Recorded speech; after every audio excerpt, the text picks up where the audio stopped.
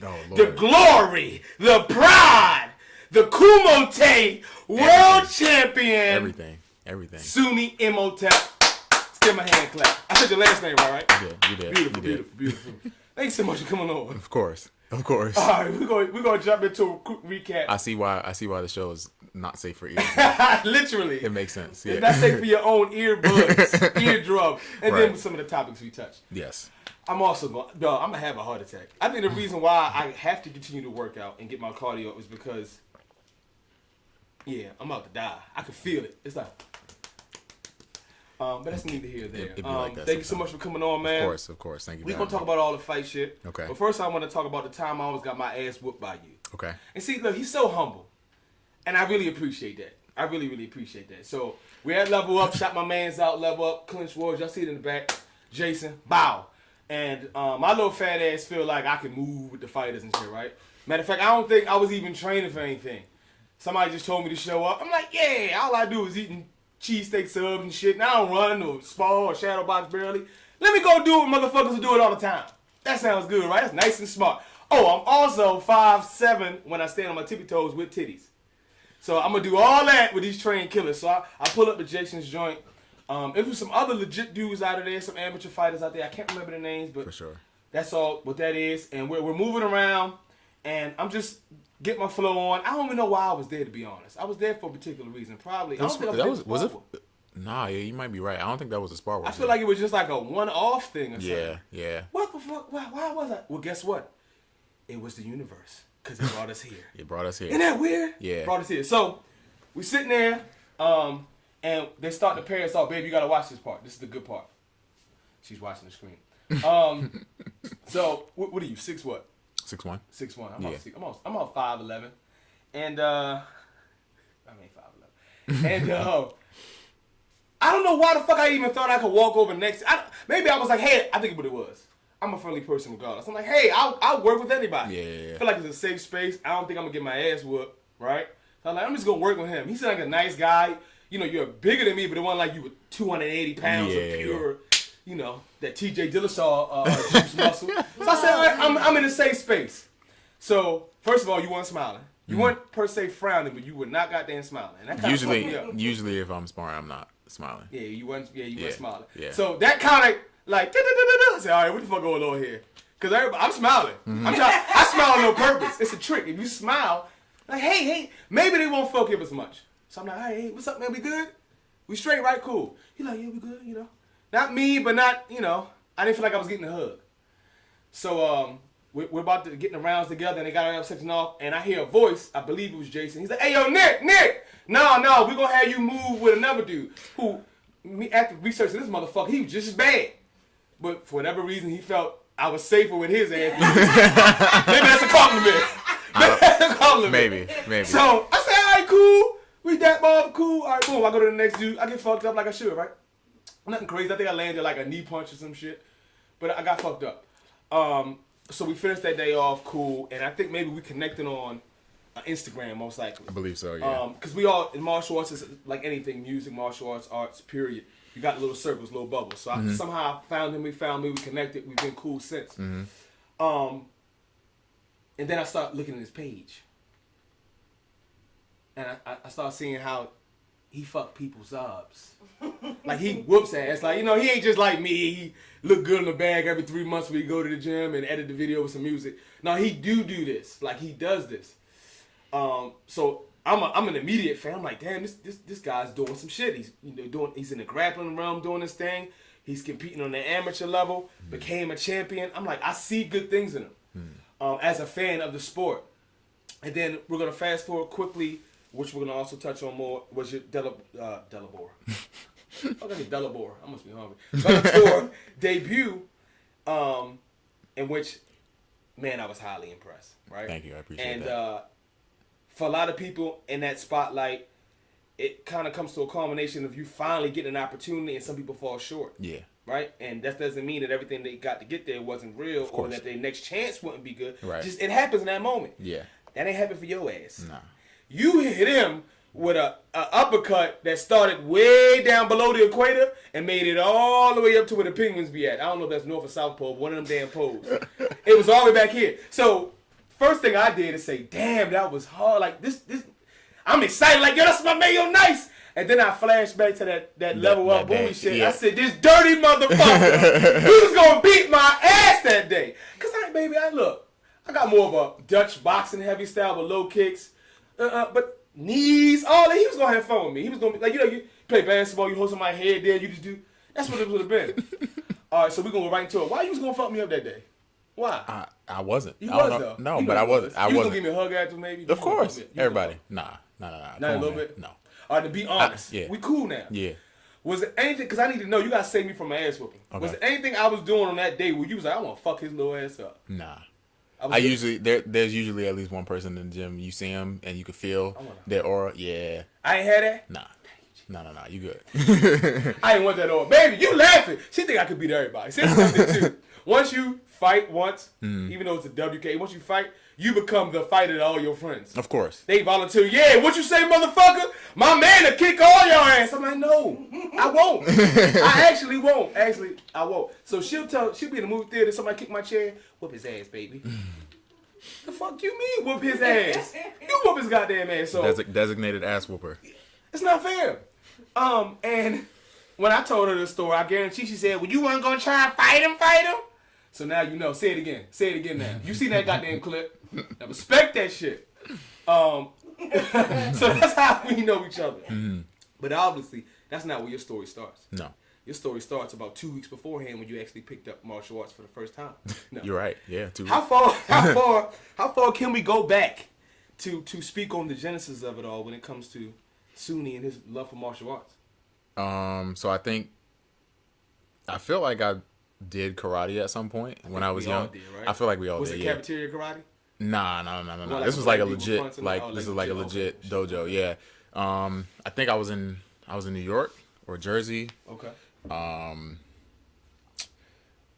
don't really remember that too much. I probably didn't even learn that much when I was there. And then we moved from Jersey, New York area to DC. Okay. When I was like nine. Okay. And then I was getting a lot of trouble when I was in Jersey and New York, fighting in school and all that kind of stuff. You were already a scrap. But not defensive. Yeah. Okay, they messing with you, quiet kid, maybe. Because I was small, like I was a skinny kid, so people thought they could bother me and stuff, and I was always trying to defend myself. Right. And then so my mom thought I was bad, and she was like, "I'm gonna put you in and do something." So initially, I was like, "I want to do boxing." She's like, "Hell no," because there's zero discipline in boxing. Okay. At the time, I was like, "What are you talking about?" But now I know that. You look at Floyd Mayweather, you can see that. And then I wanted to do kickboxing. She didn't really know what that was. She looked around a little bit. She found a Muay Thai school, and that was in College Park. That was Urban School, Lloyd? No. Okay. I think no. I don't believe Camp Springs. Yeah. So I went to that school and I started when I was like 9, 10, and then I did that. I didn't really care about it, honestly. When I started, I was like, I don't want to be here. This is weird. You got me kicking stuff. Yeah, because like if you think about it as a kid, right? Everybody, no matter what you did, you could be doing taekwondo, you could be doing judo, you could be doing anything. Everybody's be like, that karate shit. Yeah, that's that karate. If he was black. If he was white or he was Asian, you could be trash. It just came with you. You was just a black belt. Yeah. Asian kid, he a black belt. If you was black, it was like, man, you know that weird kicking people shit. Exactly. You could be nice and they clown you. Exactly. Yeah. So, I had that in my mind going into it, and I was just like, man, I don't want to kick people. I just want to punch people in the face, And we did a little bit of punching, but it was a lot of kicking and kneeing and elbowing and stuff. And I didn't really care about it until I was like maybe 14, 15. That testosterone started kicking in. That's not what it is. That's not what it was? That's not what it was. No. So at this point, 14, 15, I was like 11th grade, I think. 10th or 11th grade. And GSP fought. And then around this time, like I knew about MMA, but I didn't really know anybody. I wasn't really watching too much. I just watched whatever came on. I think it was Spike at the time. Whatever came on Spike, I would watch it. And I remember, I don't know how I saw this because I don't believe they were streaming back then, and I doubt I saw it on TV, but maybe I saw it later on after it happened. But when GSP fought Matt Hughes and head kicked him second when he head kicked him to oblivion and then elbowed his face in, that was the fight, right? But it wasn't the fight at all. It was actually what he said after the fight. If I'm not mistaken, in the interview right after the fight, I don't remember who it was, came up to him, was asking him, you know, oh, how did you do this, that? It might have been Joe Rogan. And he's like, yeah, I was landing the inside leg kick the whole time. And I saw him reaching low for it. So I switched. I looked low and I kicked high. He reached his hand down, and then, you know, the rest is in the video. So in that moment, I was like, oh, okay. So this is not about, you know, who's bigger, who's stronger. It's about who's smart. It's chess, right? It's not just checkers. And so I'm like 14, 15, I'm like, I'm a fucking genius. So this is what I want to do because ain't nobody gonna be smarter than me when it comes to this. Right. And so that's how I started. And then maybe a year and a half later, at 16, I started fighting, and that was it. That's wild because you would think. I remember. So, do you remember any of the UFCs back when it was really like, what the fuck is going on? Like, I never actually saw any of those. Nah, man, I didn't see that until after the fact. Fam, they were so crazy that I didn't watch them after a while. You talking about like when Horace Gracie and and the dude with the one boxing glove? It was like, what is like my homeboy used to Blockbuster. Used to like get the Blockbuster tapes, and it was like, all right, this shit is crazy, but it's not like crazy. I want to get into it. Yeah, it was like, yo, this is some fucking redneck, like just. Fight till you dead shit. It wasn't none of the cerebral shit. And even at that stage, if I'm 100% honest, I don't think I even honed in on that conversation. On that. And it's so funny that a fighter like yourself, you weren't drawn into just the brutality of it all. Just the, let me bleed, let me bang, bro. You said, oh, I want to do this because I'm noticing that it's a lot of intelligence. It's a lot of fight IQ. And that draws you in. You would think it'd be more like, oh, I want to kick somebody in the head. You was like, no, I want to use my brain to make it easy to kick somebody in the head versus just kicking somebody in the head. Is that a common theme, do you think, for a lot of fighters? Do you think the overall IQ or the way we look at the game is more towards that way? Or do you think it's more still like backyard Kimbo Slice? I feel like it's a little bit of, first to answer your question simply, no. I haven't heard anybody else say what I just said. What I will say is I feel like a lot of people, they might get into it because of, they're thinking about it from a skill standpoint. Like, my skills are better than this person's skills. I'm the best fighter, so I should be able to beat this person. My jiu-jitsu is better. My Muay Thai is better. I believe that. On paper, right. That type of shit you hear. But that is not where my mindset is. I don't care who's a better fighter. That doesn't matter to me. Your skills could be better than mine all day long. If I understand how to beat you, you can be a better boxer. You can be a better wrestler. You can be a better jiu-jitsu guy. I'm going to figure out a way to beat you one way or another. You know what I mean? So... And again, that's something I learned from GSP, because if you look at all his fights, like, he wasn't ever the best boxer. He wasn't ever the best kickboxer. Most of the time, he had better jiu-jitsu, but for the most part, he wasn't always the best jiu-jitsu guy. Wasn't the best wrestler, but he found a way for every fight to find out what the weakness was and expose that. That's all there is. Real quick, look, you gonna stop shaking it back. My wife loves GSP, and when I mean love, I don't mean like we talking about love. I'm talking about. Yeah. So as you over there, we breaking down fight talk. She over there thinking about GSP. And what I'm gonna do if I ever meet him? Here's my wife. Have fun. I'll be back in 20. But no, I feel like that's a great point, and I think a lot of times ego or this feeling, especially as fighters, and like I said, I don't consider myself a fighter in the sense of fighting, maybe like life, like I never quit type shit. But a lot of people is like, I'm gonna overpower you with this skill, and when GSP said, okay, no, I'm gonna already kill my ego. you are a better boxer than me. Mm-hmm. But are you a better grappler? Mm-hmm. Oh, you're a boxer and grappler. Mm-hmm. Is your cardio better than mine? Mm-hmm. Oh, you got all three of those? Is your game plan better? Mm-hmm. Oh, are you ready this night? Mm-hmm. Because you can have all those game plans, but are you ready tonight? Because last week when you fucked up homeboy, we ain't talking about that. Yeah, we talking about today. tonight. Yeah. And a lot of that, all of that, Mm-hmm. starts here. It does. How do you feel about being hypnotized and how that affects the fighter's mentality, psychology going into it about?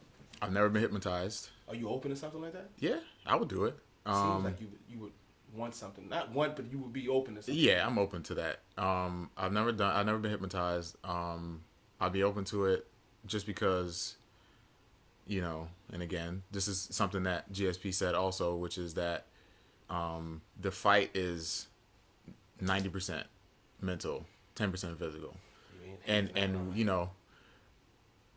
you hear it and you understand it. You're like, oh yeah, that makes sense, right? Because like you got to think and you got to game plan and you got to do. But then like the deeper you get into fighting, the more you understand like exactly what he's talking about, and it really like I might even go as far as to say it's like 95%. Like it's that deep to where if training doesn't go well, if somebody says the wrong thing to you, you may not affect you right now. But in the fight, when something's happening, that little statement that somebody made about you online, or that little, statement that your coach made, or somebody that trains with you made, comes back into your head. And it's like, oh, maybe I'm not ready for this. Maybe my boxing isn't that good. Maybe my wrestling isn't that good. Maybe this, maybe that. Maybe this guy is supposed to beat me. Maybe all those little things creep into your head. So it's like has to literally be a fortress, but also a garden inside the fortress.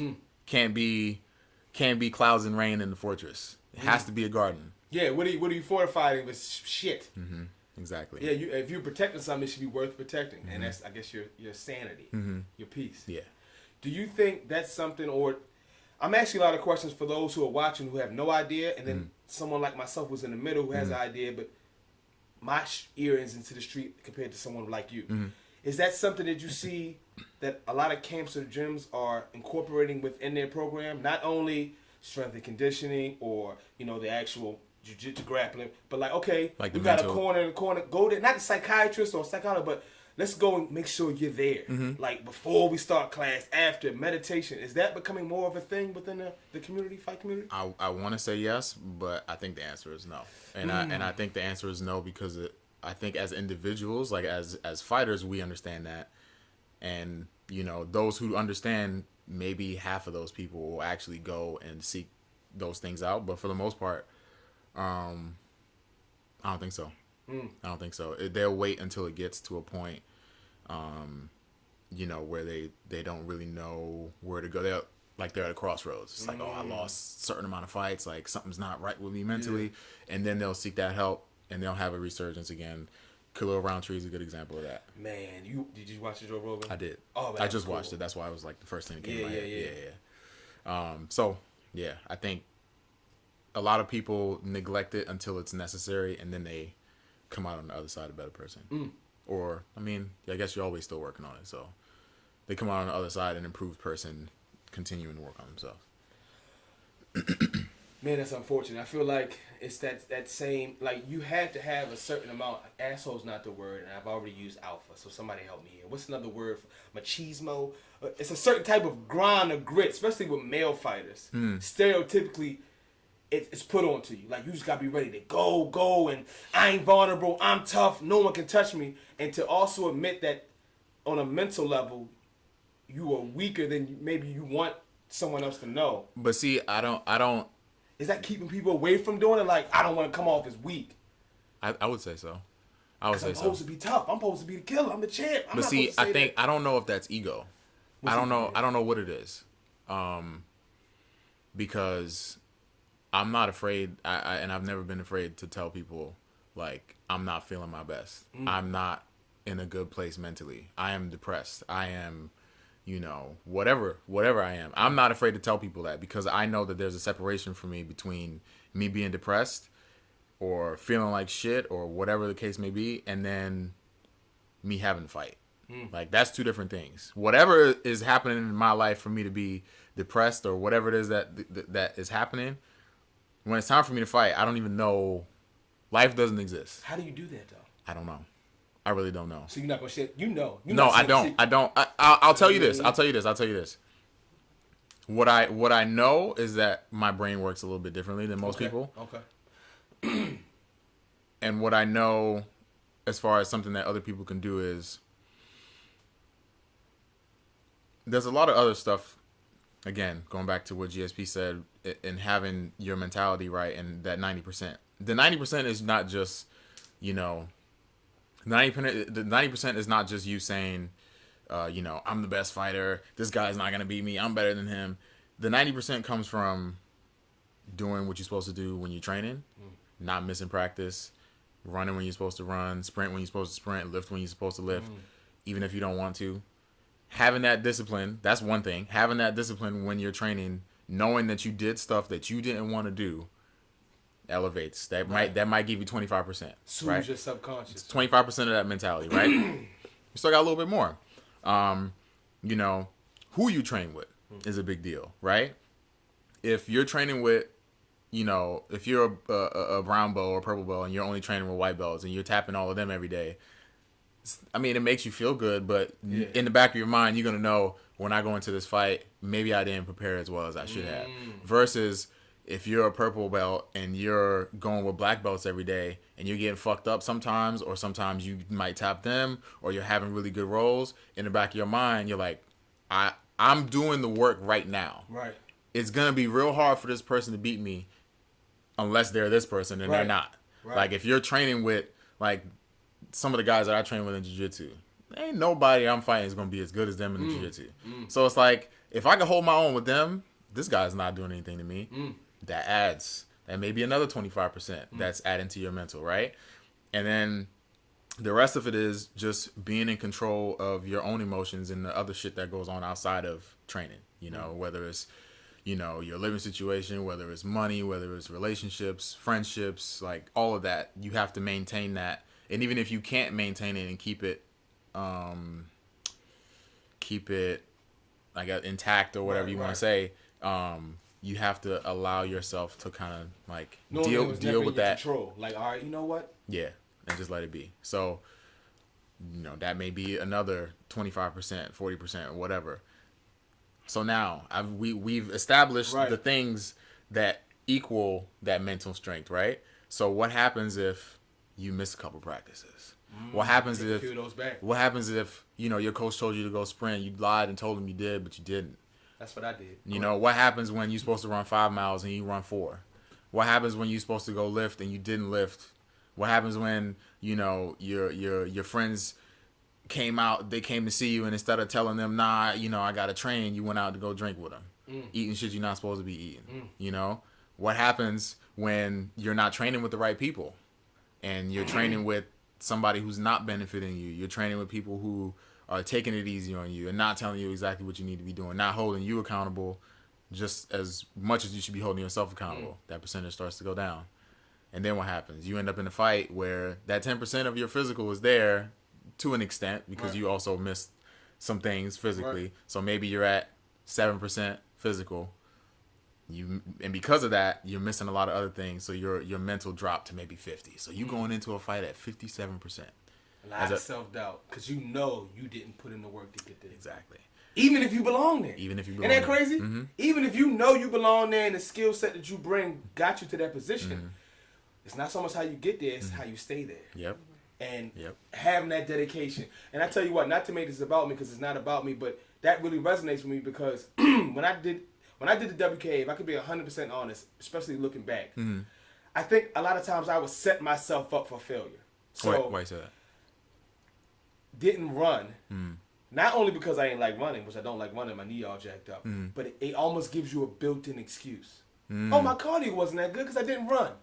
And it would have went differently if I'd have ran. Yeah. So it blames it on me, but it doesn't blame it on me, but it blames it on oh, you know, I couldn't run a lot because my girl, because she ain't did to defend herself. Bitch, I wasn't eating it. Or my job, this and that. You know, things that I can blame and they can't really defend themselves. The training part. When you guys listen, as a fighter, I can see how it feels good for your ego to whoop ass every day. It does. And to never be the nail. But being the nail not only lets you know that, hey, you got to close some gaps. You standing too straight up on that center line and they going to crack you. But also, being the nail lets you know, okay, I'm tough enough to be around these. If I'm rolling and if I'm sparring with certain people that are a certain caliber or level, I know this dude ain't giving me that. Exactly. I know he ain't doing it. I think another thing I noticed with the interviews I watched in the past with you, you're very, very, very, what is the word? Like, you're honest. And a lot of fighters aren't doing it. I have noticed now, I don't know what's going on, maybe the resurgence or with Joe Rogan and him having these MMA shows, but you're starting to see a lot of MMA fighters say, no, listen, we have the same fears that you have going to do a presentation at your job. And the jitters and wondering, did I really get this PowerPoint presentation right? Did I really go over the stats to make sure my argument lines up with that?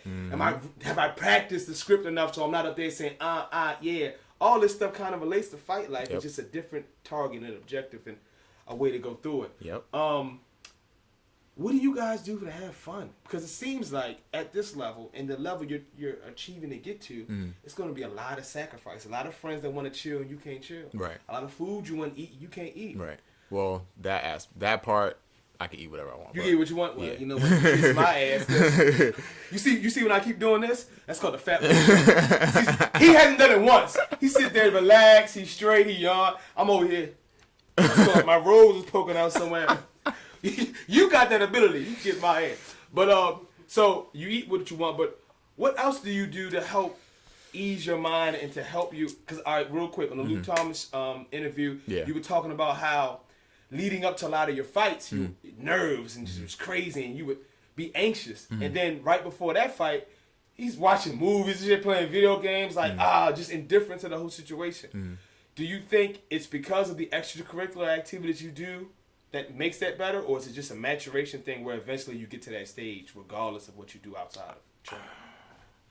Well, first, that was like 15 questions. No, yeah, but it's tied together. I think I'll get it. So, initially, well, first let me say, I feel like whatever extracurricular activities I was doing before, I've been doing, right? Like I'm still playing video games. That's not gonna change. You know, I still stay up until 2 a.m, 3 a.m. You know, but I will wake my ass up at 7 to go to train. Oh my, you know what I mean? Like, God bless you. You know, the way that I like to think about it is this: like a lot of people complain about, not having time, not being able to do certain things. Like, oh, I can't hang out with you. I gotta get some sleep. And I hate again to bring up GSP, but this is like, in his book he talks about with his main mentor, the first guy who really got him into MMA, about times where his coach would put him in situations thinking that he wouldn't go train, and he would still show up. So they would go out, they would drink all night. They would go out, they would drink all night, eat all this food, get home at 3 a.m. He's like, there's no way that George is waking up to go train at 8 a.m. Sure enough, do that. And sure enough, George is up, waking him up like, yo, we got to go train. Let's go. You know, that's that championship. He just drank. He would go spar, throw up, come back, still training, go eat, come back, train the whole day, and then so it's like, are you gonna make excuses for training? There's times like if you're not in camp, I get it. You don't have to be as strict. Like I'll miss sessions, I'll miss stuff. Like everybody does it, right? But when it's grind time, it's grind time. And you can't miss stuff. You can't miss practice. You got to show up. You got to do the work, whether you like it or not. So it's not only sharpening those physical tools, but it's right back to what you were saying, that mental part. It will come back and bite you in the ass. And so in regards to my last fight, well, and I kind of mentioned this too. So over the last 2 fights, I would say actually over the last 3, because I felt it a little bit. When the last time I fought here was the first time when I stepped into the cage that I actually saw people in the crowd. Every other time it was like an invisible wall around it, so I didn't see. It was like I couldn't see anyone, and maybe it was like self self-confidence or something like that where I couldn't look, so I didn't want to see that people were looking at me. I don't know, but like when I watched that fight back again, you know, I remember walking into the cage and standing in my corner, and I'm like looking around and I'm pointing at people like, yo, what's up, like what's going on. I never did that before. You know what I mean? Like I would go fight and be target. Yeah, like it's weird. And so that was one of those changes that happened. But I can also say what changed that fight than any other fight is that I took training way more seriously. You know, so like I was running when I didn't want to run. I was doing sprints, bro. Prior to that, I did not run. So I started running. I started doing sprints. I'd never lifted, but I did like little kettlebell stuff, things like that. And I was training all the time. Whether I wanted to go to practice or not, I would get in my car and go. And so I feel like that was part of it going into it. The fight didn't go my way. I ended up losing a split decision. And then I mean, just like anybody else, right? You lose a split decision, you thought you won. Not making any excuses. I didn't do what I was supposed to do to finish the fight or make the fight look like a decisive win for me. Right. Props to the dude. He won the fight. But I think that was the beginning of it. And then my next fight, which was September of last year, it was almost the same as the Bellator fight, but I got nervous in the back warming up. Not nervous like, why am I doing this, or I don't want to do this. It's just, I feel like it's normal, right? You just get like butterflies, like, oh, like shit, I'm about to fight. You know, like somebody's gonna be trying to fuck me up in here. Right. I'm in the ring. I'm not, this is me tonight. Yeah. And so, I didn't feel anything going into it, and you know, I went out there, like I walked out, I was dancing in my walkout song, like, you know, I was. This is online? Yeah, it's online. I gotta check this. Yeah, it's online. Yeah. I gotta check this. I think I might have the actual full video because they did a Facebook Live and then they did the production version. The production version I don't think had my walkout. Okay. But like I came out to Travis Scott and I'm just like fucking it. bouncing, you know, and then right. you know I get in there and. That's actually the first time I did what people are saying now is like my signature thing where camera comes on me and I wink into the camera. Okay. I guess that's my thing now. Okay, I gotta check that. I was that comfortable, you know? And the preparation allowed you to be that comfortable. I think so. You had nothing else in your mind to worry about. Because I feel like I did everything. Cross those T's off. Yeah. And so my last fight, the Bellator fight, I was nervous that I wasn't nervous. Yeah, I heard you talking about that. Like it was very weird to me that I walked into the cage. There was no adrenaline. My heart was not racing. There was nothing. I felt like I just walked into a store. Which one do you prefer? Which one you think gets you fight ready? Being nervous or not being nervous? Yeah. I would say not being nervous because when you're nervous and your adrenaline's pumping, you may do things that you don't normally do. So I would much rather be in a situation where my mind is clear and I can actually focus on what's happening and then, you know, deal with whatever I have to deal with in that. The reason I ask that, and you know as well as I, sometimes you've heard fight interviews after the fact and they say, man, I just couldn't pull the trigger. Yeah. I wasn't nervous. I didn't have that fear, and the fear a lot of times keeps us sharp. If I'm sparring with a motherfucker like him, right, who has long range and I know he has knockout power, that fear keeps me sharp to make sure I'm off the center and make sure my footwork is in and out and make sure I'm switching up my shots versus if I come in there like but this. But you see, I think the difference between that is people are using fear to keep them sharp. I'm using my brain to keep me sharp. Remember, this is an intelligence game for me. So I don't care. Like in my head, I know you got a good overhand, right? I know you got, you know, this leg kick that you like to throw. I know that you like to shoot double legs or single legs or whatever the case may be. But, you know, I understand that. I'm aware of that. But that doesn't mean I need to be afraid of it because then what happens is you can't pull the trigger anymore. I don't want to throw my jab because that overhand right might come. You know, I don't want to get too close. He might shoot on me and get a single leg. You know. Okay. I don't want to get too close because he's very good in the clinch or anything like that. Like, can't think about those things. Just do what you got to do, and if that situation happens, you deal with it. It's almost like you become a player one, like it's a video game. Yeah, like when I play Mortal Kombat, just like Izzy said, I understand that okay, this motherfucker know the Hadouken, but it's not like it's like okay, I got a game plan for that shit. You're ready for it when it comes over. Yep. I'm totally aware that I can lose this match that way. But it's not going to make me so scared that I'm not going to open up and whoop that ass with a Hadouken, that type of shit. For sure. So that's an interesting point. And the preparation definitely helps you with that. But I think you so. think it's just some people have it, some people don't? For sure. Yeah, hell yeah. Some people you can train and prep all the time, but some people just won't have it. Or you have the opposite effect. John Jones said it himself. There's times where he be blackout drunk the day before the fight, not training that much, not doing this, not doing that, and still come out and be as confident as a motherfucker and beat your ass. Some people just got that, you know? And then you got other people like Khabib who work their fucking ass off, and when he gets in there, he's like, I know I'm going to beat your ass. There's nothing you can do about it. Right. Both of those minds are bulletproof. They have different ways of making it bulletproof.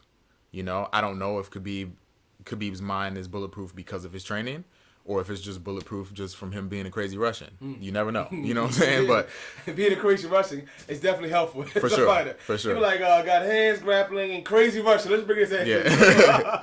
He's going to be good. Exactly. How does being a fighter and knowing everything that comes with it affect your ability to sustain a relationship? It's difficult. Ladies love love. Foolish. You love fighting.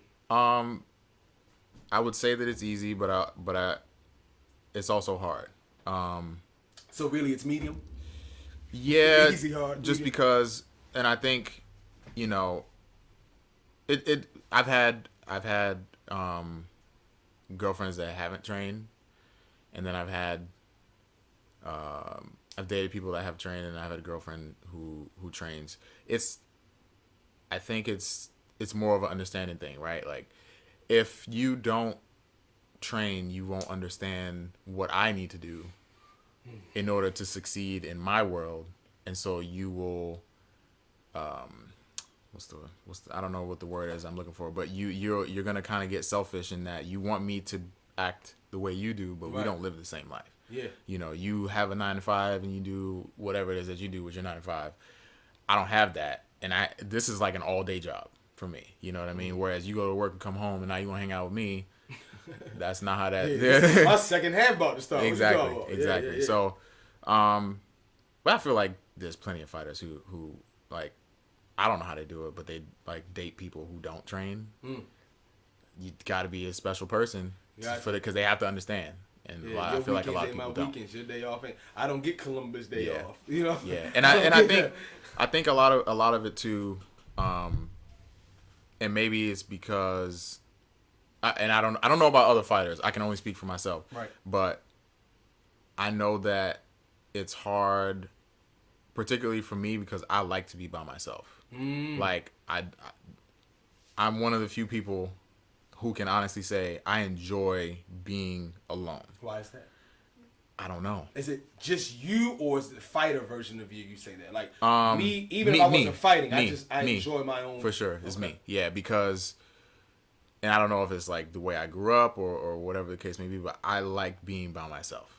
And I know a lot of fighters that can't do that. They cannot sit with themselves for, 15, 20 minutes and just be with themselves.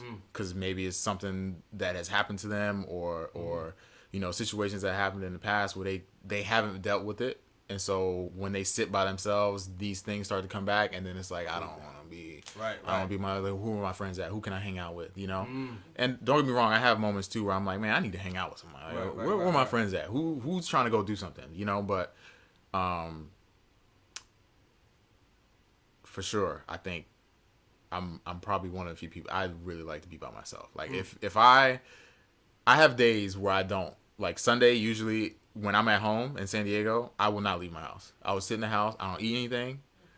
I might eat. Nah. So Sunday's like a kind of like a fast day for me, unless like a friend wants to hang out with me or something like that. But for the most part, I'll just sit at home, not do anything, play video games, maybe watch some videos and stuff, and just chill by myself.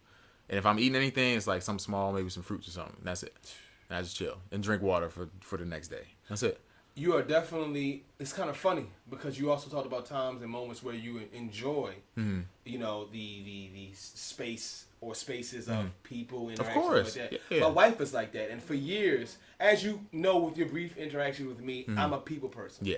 But deep down inside, I hate being the people person. Because once you get tagged with the label people person, you can't get off of it. If I'm quiet, what's wrong, Nick? You ain't gonna make us laugh, Nick? Yeah. You ain't got a crazy take on the topic, nigga? It's like, I really just wanna...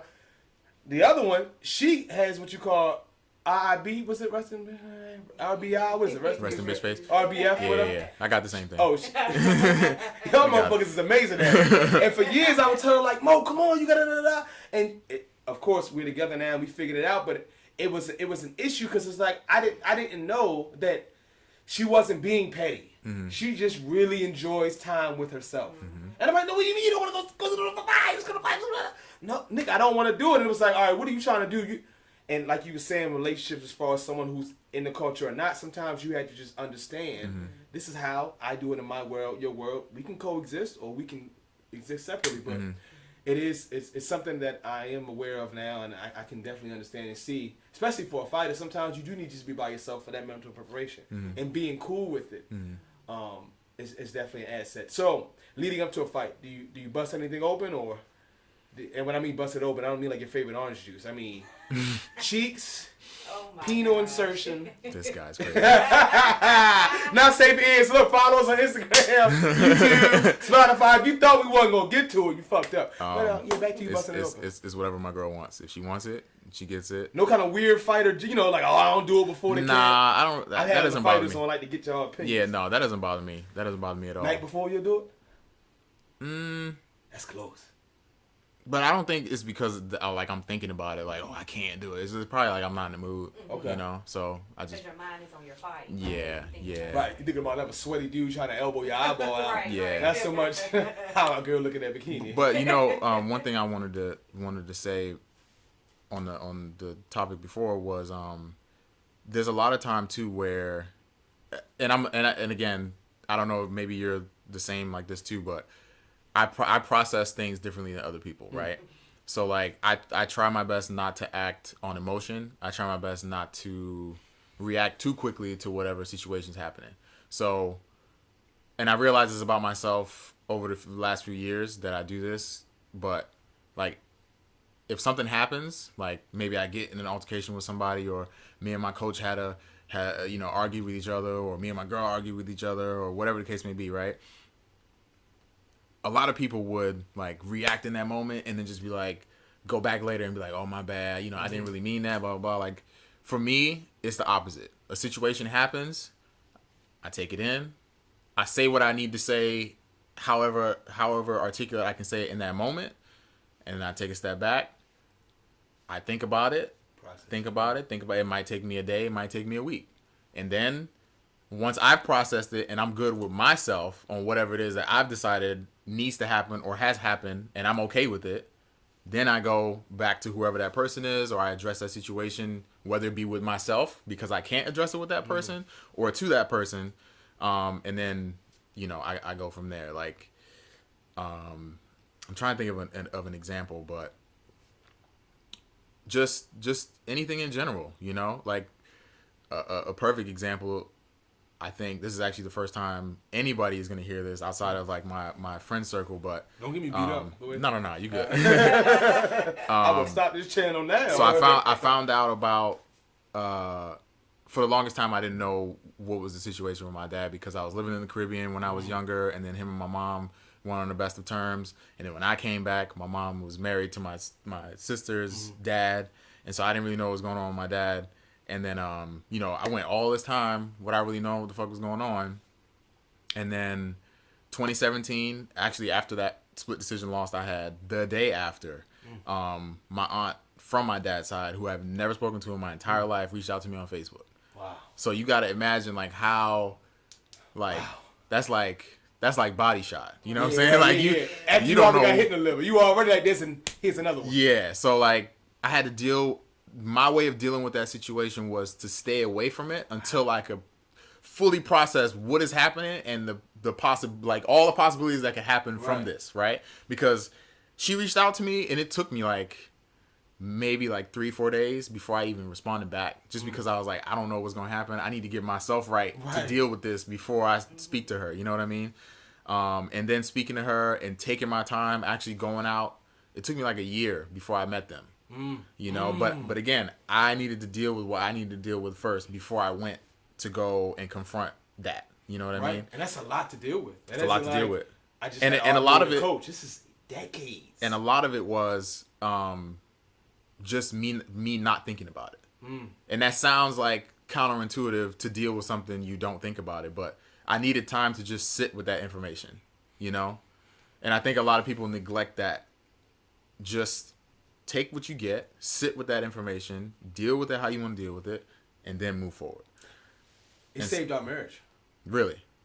That our exact relationship. thing. We just got married. Yeah. Communication. I think if you can put this all in one bottle and sell it, it would be communicate. How to communicate.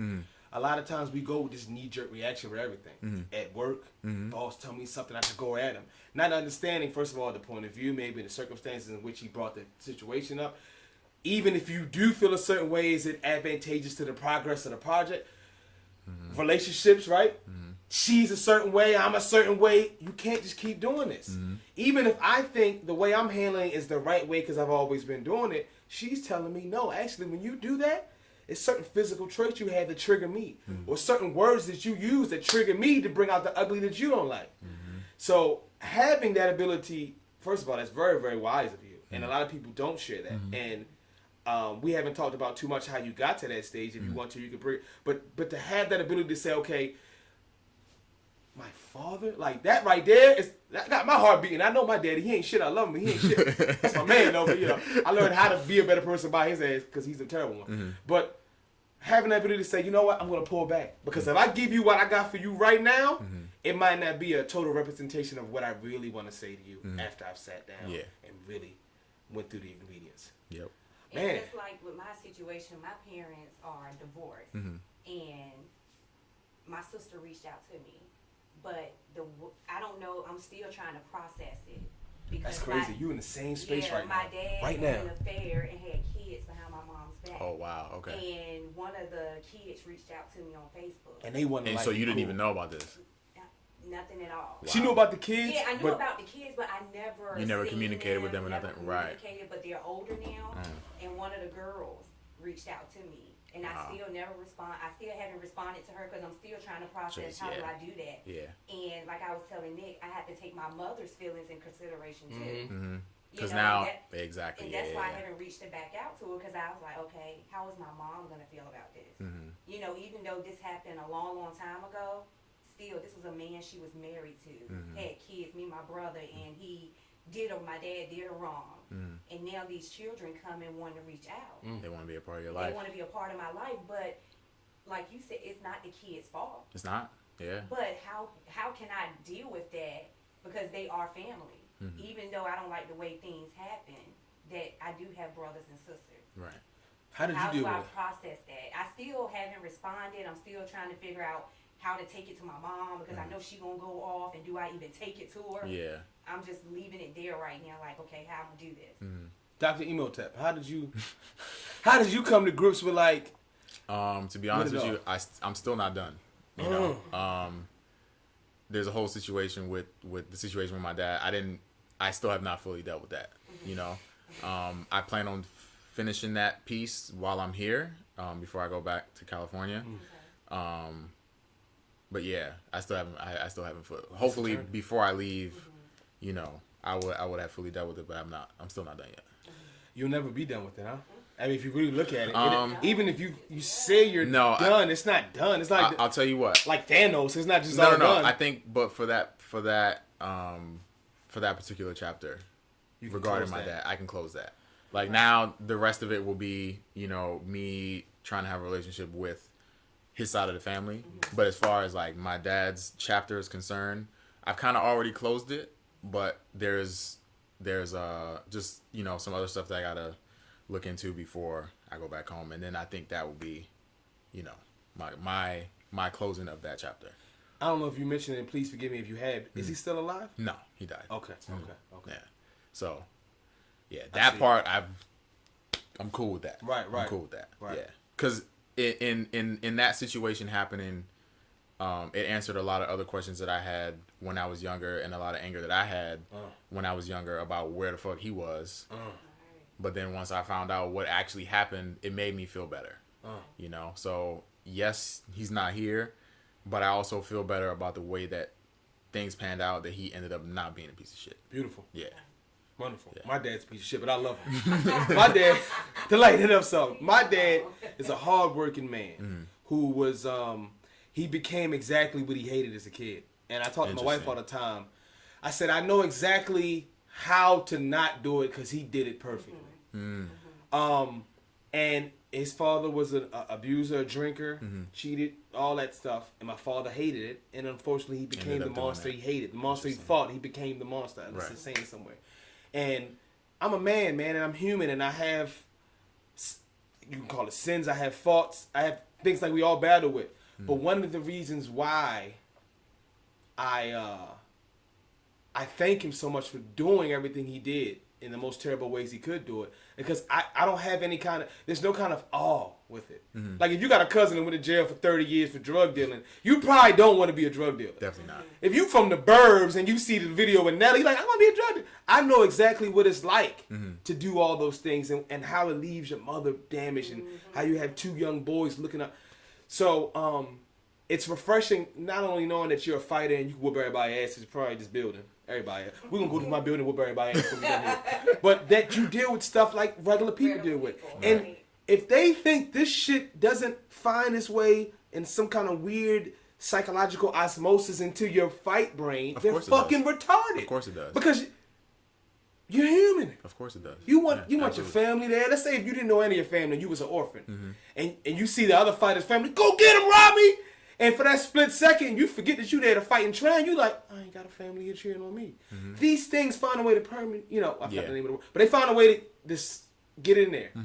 And that might be the other 5%. Because you could do all the running the miles, all strength and conditioning. Right. You train with the right people. You sat down, you know your goal. But did you deal with the shit that nobody knows about? Did you, that voice in the back of the head, did you deal with that?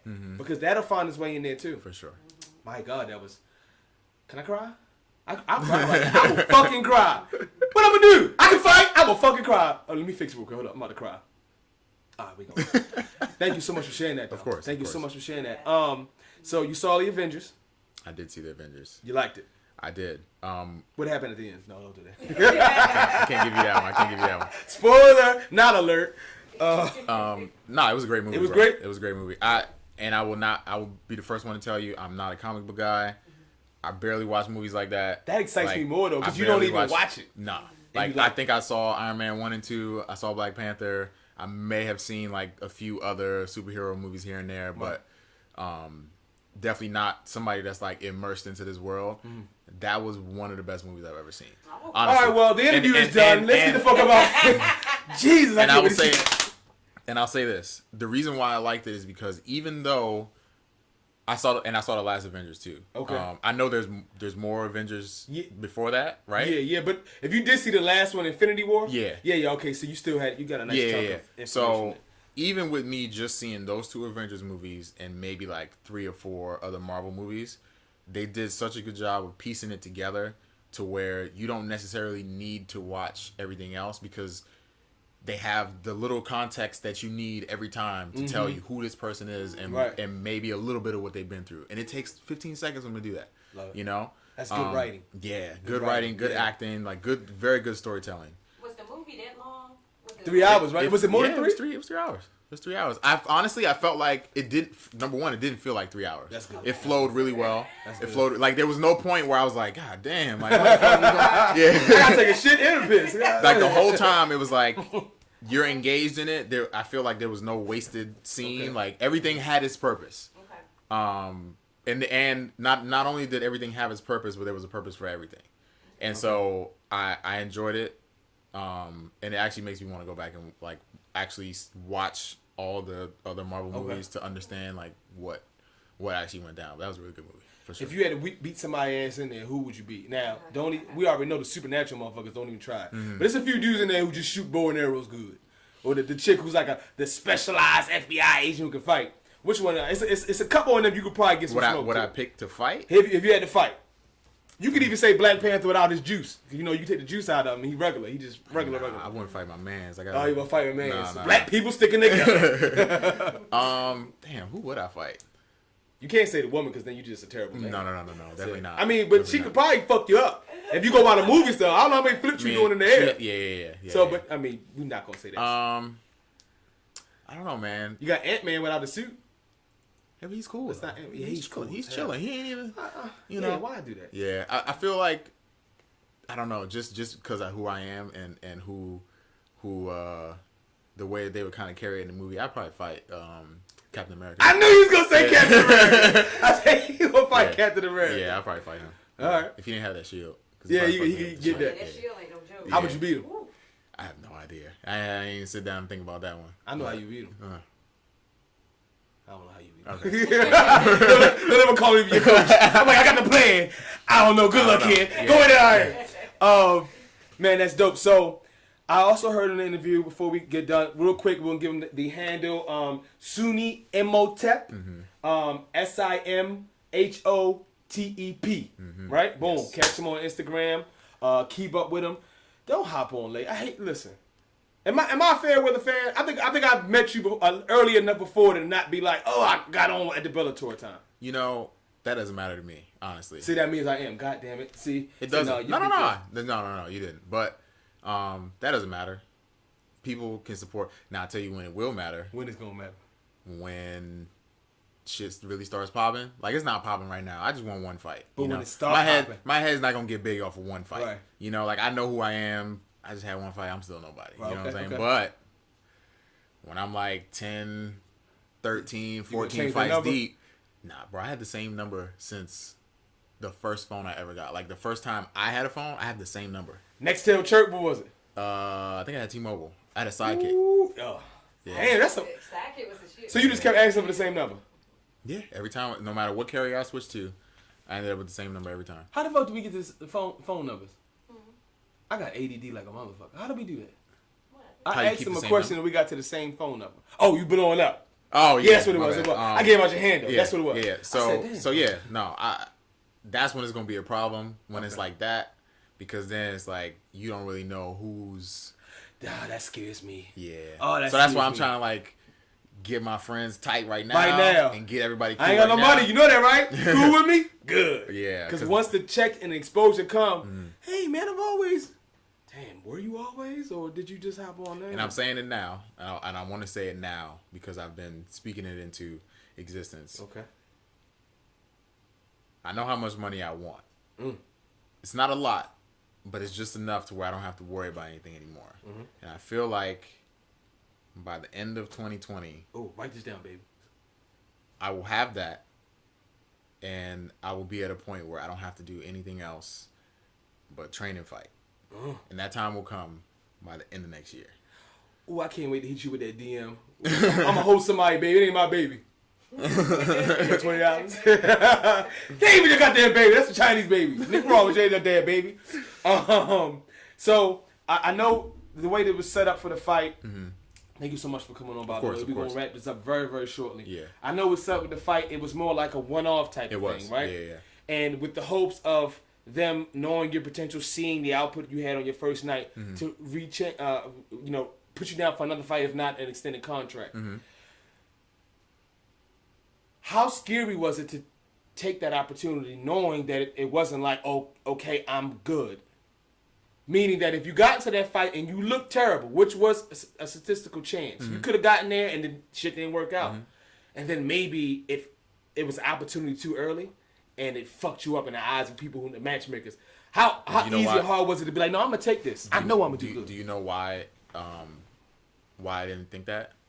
Because I feel like I'm late.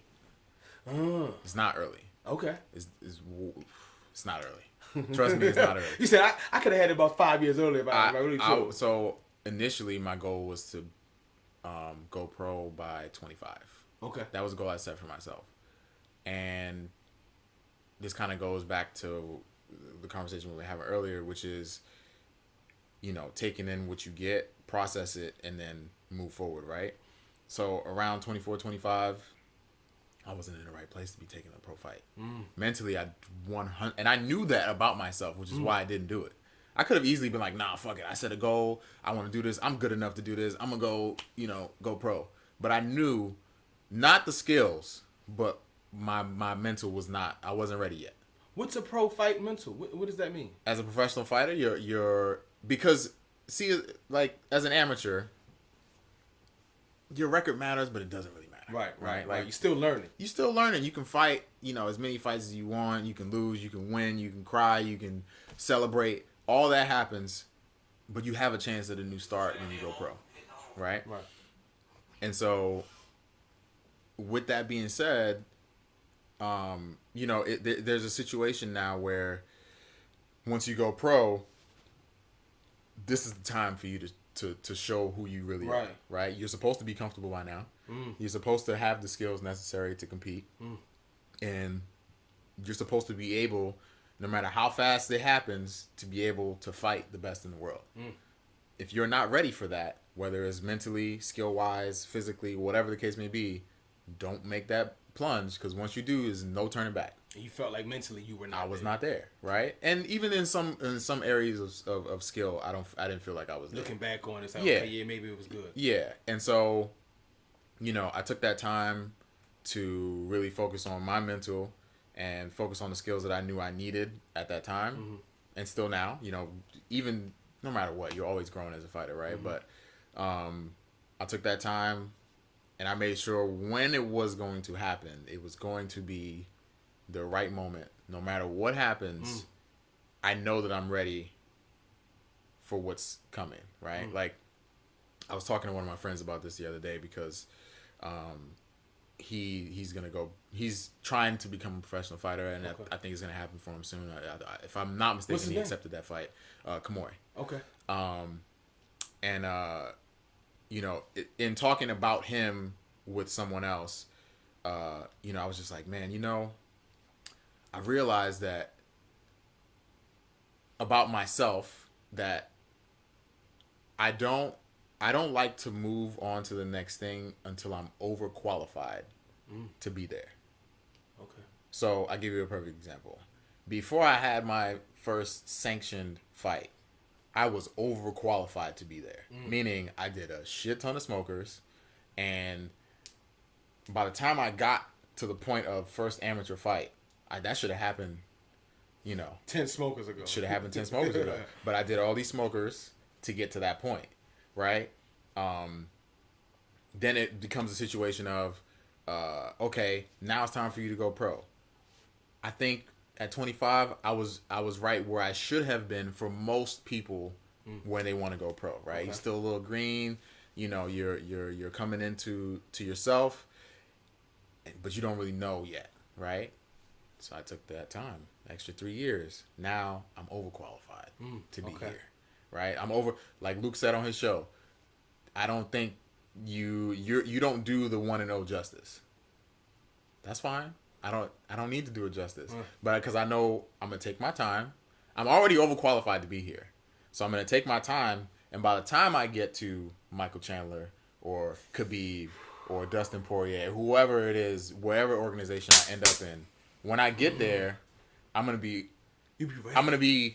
possibly overqualified, but I know for a fact that I will be qualified. So, and that's for me. That's not for anybody else. Qualified in skills for me and what I know I'm capable of and what I know I can do. And so, I've realized it about myself that I like to be overqualified for everything. So I'm overqualified to be 1-0. That's great.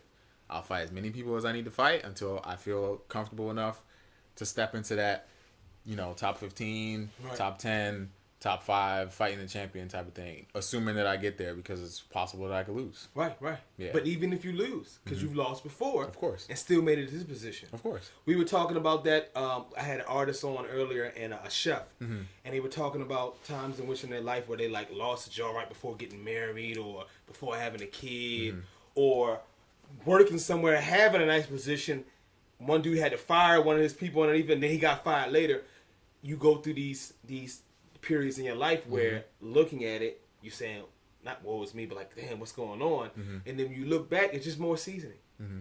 It's just more seasoning. And for you, I feel like that's what you're saying. Like, you know what? I'd rather be more prepared and familiar with everything I'm jumping in versus semi-prepared. I kind of been there, but here's something I never dealt with. Fuck, and then panic. And that's part of your... I can't think of the quote right now, but people say it all the time. I recently heard Country Wayne say it on his Instagram, but basically the way he was saying it was, you better keep working because you don't know when your blessing's going to come. And when your blessing comes, you better be prepared for it. Because if you're not, it's not going to be yours. It's going to be somebody else's. Right? And the first person I think about when I think about that, unfortunately, but also fortunately, because I learned a lot from that too, is TJ Dillashaw. Right? He got that shot against Renan Barão back in the day. Everybody saw Renan Barão fucking everybody up. TJ comes in, everybody's like, "Oh, he's dead." I remember that. Barão's gonna fuck him up. I was one of those people that was like, I thought "Oh yeah, too. I said I like Barão's TJ, but and then what? That's Aldo Jr. right there. And then what? Woo! And then he came out and he put an ass whooping on him. Oh man, from the future. Oh my goodness. And he took advantage. He was prepared for that moment. The moment came. He took full advantage of it, and it propelled him and took those L's. That L he took against Johnson in the Fighter House, that's an embarrassing L. Yep. And didn't matter. Got back to the grind. That was an Ultimate Fighter. Yep. Got back to the grind. Exactly. And he looked 5 times better. Now what EPO played in it. You know what? Yeah. Before we done, all right. So thank you so much. I do want to. I want to get this one. You can take as much time as you want. I'm good. All right, because I know you can fight. I ain't trying to get fucked up. Or at least beat my ass when the camera go on. Don't beat me up on camera. Because now I got to rush back at the leader after I wake back up. And 800 views. God damn it. All right. So Luke breaks down steroids, or the use of steroids, or him and drugs. I disagree on it a lot. All right. So we go. Man, this is kind of weird. I don't know if this war on drugs, which a lot of this is going to sound like verbatim out of his mouth, is even worth it. If, and please let me know if this is the case, if everybody's using it, or almost everybody, I'm assuming you don't, are using some form of performance-enhancing supplement outside of what you find in GNC. Because they just haven't got caught yet because the tests haven't caught up with the skills and all that. Okay. Should it be, or back to TJ, do you think his ability to jump, as we talk about the Dodson fight, to what he did to both fights in Barão, was that just skill training, or do you think what we find out now was some EPO in there? And does it even fucking matter if maybe everybody's doing it? Should it be some open market type of thing? We're like, well, listen, let's just say we don't take these two, but everything else is good because we already asking y'all to fuck each other up. We already asking y'all to damn near kill each other. So I answer. So the TJ part first. I answer the TJ part. So. What a lot of people don't think about when it comes to steroids is steroids have different uses, right? What he was taking EPO, and I don't know too much about what each steroid does exactly, but through reading, when people get popped for certain things, I read what it is that they got popped for, stuff like that. There are steroids out there, which EPO is one of them, that helps you recover, right? So you lift weights, you understand, right? If you squat real heavy one day, you know what's going to happen to you the next day or the day after. It's going to be hard for you to walk, right? She ain't getting no sex. So, if you think about that and then understand what we put our bodies through as professional athletes, you're running, you're hitting pads, you're lifting weights, you're doing jiu-jitsu, you're wrestling, you're doing all these things, right? Your body's going to be fucked up, right? So you can't go 100% every day. You can't come into the gym and train every day the way you want to. Right. Unless you're on something. Right? So, here's the example. And I'm going to use John Jones in this equation also. Because, I can't say what he took. I only know what he got caught with. But I'm using him and TJ as an example. Right? John Jones was a very good fighter. Is a very, but I mean, I'm speaking past tense from when he first started, right? Exactly. He's very good. He went from being a wild, crazy striker, throwing flying knees, spinning elbows, all kinds of wild shit, to being a precision, intelligent striker, right? Imagine you have me and you have John Jones. I'm not on steroids. For the sake of this argument, let's say John Jones is on something that helps him recover. Not even for strength, not for anything else, but just recovery. when I'm in camp, by Wednesday night, Thursday morning, I can't move, bro. Like, I'm in pain. You know what I mean? Like, my body's broken down, my thighs hurt, my shoulders hurt, everything hurts. Right? That Friday practice where we go spar, I am like a shell of a man. You know what I mean? But it's part of what you gotta do. And then we take the weekend off, we recover, and come back. Now imagine how it feels when I start on Monday. I feel amazing. My jiu-jitsu practice on Monday is amazing because I feel 100%. My cardio is great. I feel good. No soreness, no aches, no pains. Tuesday, okay. Wednesday, I'm a little tired. Thursday, goddamn, right? Friday, I'm in pieces. John Jones taking whatever it is that he wants to take. Monday, Tuesday, Wednesday, Thursday, Friday, Saturday, Sunday. He's training and he's good every day. So he just got 2 extra days. Plus, he's doing perfectly fine because his body's not broken down. Right. So, he's learning more than I am. He's doing more hard rounds than I am. More reps. He's doing more of everything than I am because his body has recovered and I have to take that time to recover. That's okay for 1 week. That's okay for 2 weeks. How much time does that equal if you talk about 5 years? He's lapped you 2 or 3, 4 times. He's lapped me now, right? So he's gotten hours and hours of training that I haven't gotten, right? Because he can recover a lot faster than I can, right? So yeah, people, I will never doubt and say that John Jones or TJ Dillashaw have skill. They have it clearly. Right. Yeah. I don't need to tell nobody that. You can see it. Yeah, it's right there in front of your face, right? But what did they take to get there? You know what I mean? Like, I am where I am today because of zeros. I ain't even started taking supplements until I moved to California. Now, do you think it is an argument that you should, especially legal supplements, right? Some good old creatine, some BCAAs. But this is the issue with that, and the reason why I disagree with Luke, where he just says let anybody take everything. I don't want to take steroids. I know what that does to you. I don't want to do that. So I don't want to be a part of something where you're telling everybody they can do whatever they want. Sure they can, but I don't want to do that. So what do I do now? Okay. I don't want to fuck up my body. I don't want to have low testosterone later on in life. Or I don't want to have a stroke because I'm taking EPO or have a heart attack or any of these things because I don't want to do that to my body. I have a hard time taking supplements. Like, I can't even keep up with taking a protein shake. But now everybody else... They get more and more complicated, too. Yeah, but then it's like, now you want me to take this and that because everybody else is? I care about my body, and I don't want to do that to myself. And so, it sucks that there's a lot of people that don't care about that. But if you really think about it, and I hear the argument like, oh, well, you guys are punching each other in the face anyway. Like, why does it matter? Yeah, it matters because look at Overeem before he got caught. Look at when he was in Japan. He was killing people. Look at what he was doing when he came to the UFC. Knocking motherfuckers out. Now look at him. Every other fight is like he wins or he gets knocked the fuck out. Right? Look at somebody like TJ Dillashaw and the specific thing that he got caught for. EPO. And then look at his fighting style. Do you honestly believe, I don't know, maybe his work ethic is that good that he would actually be able to still do that. Right? But let's just think for a second. Do you honestly think that he would be able to keep that pace the way that he did? No. Through this Renan Barão fight and all these things, if he wasn't on that? But there's a question mark on it now. And now look at that. It's always an asterisk now. Now look at that damage that he did to Barão. Twice he fucked him up. Because he had that pace and he kept that pace. Can we say that that's EPO or not? We can. You definitely can. So now, I'm not taking anything. This person's taking something. It's cheating. But I just lost some brain cells, bro. You just knocked me the fuck out. Because you were taking something that helps you with this aggression. That helps you, pain tolerance, all types helps of you stuff. keep your cardio and your muscles not get fatigued for longer. So I'm taking a prolonged ass whooping because you want to cheat. True indeed. Right? What's his name? Bigfoot and Brock Lesnar, for example. That's another one. Bigfoot took punches from the best of them. But he gets in there with Brock Lesnar, getting his ass whooped. Comes out later, Brock Lesnar popped for steroids. What do you do with that? This is not like it's 125 pounds. These are heavyweights.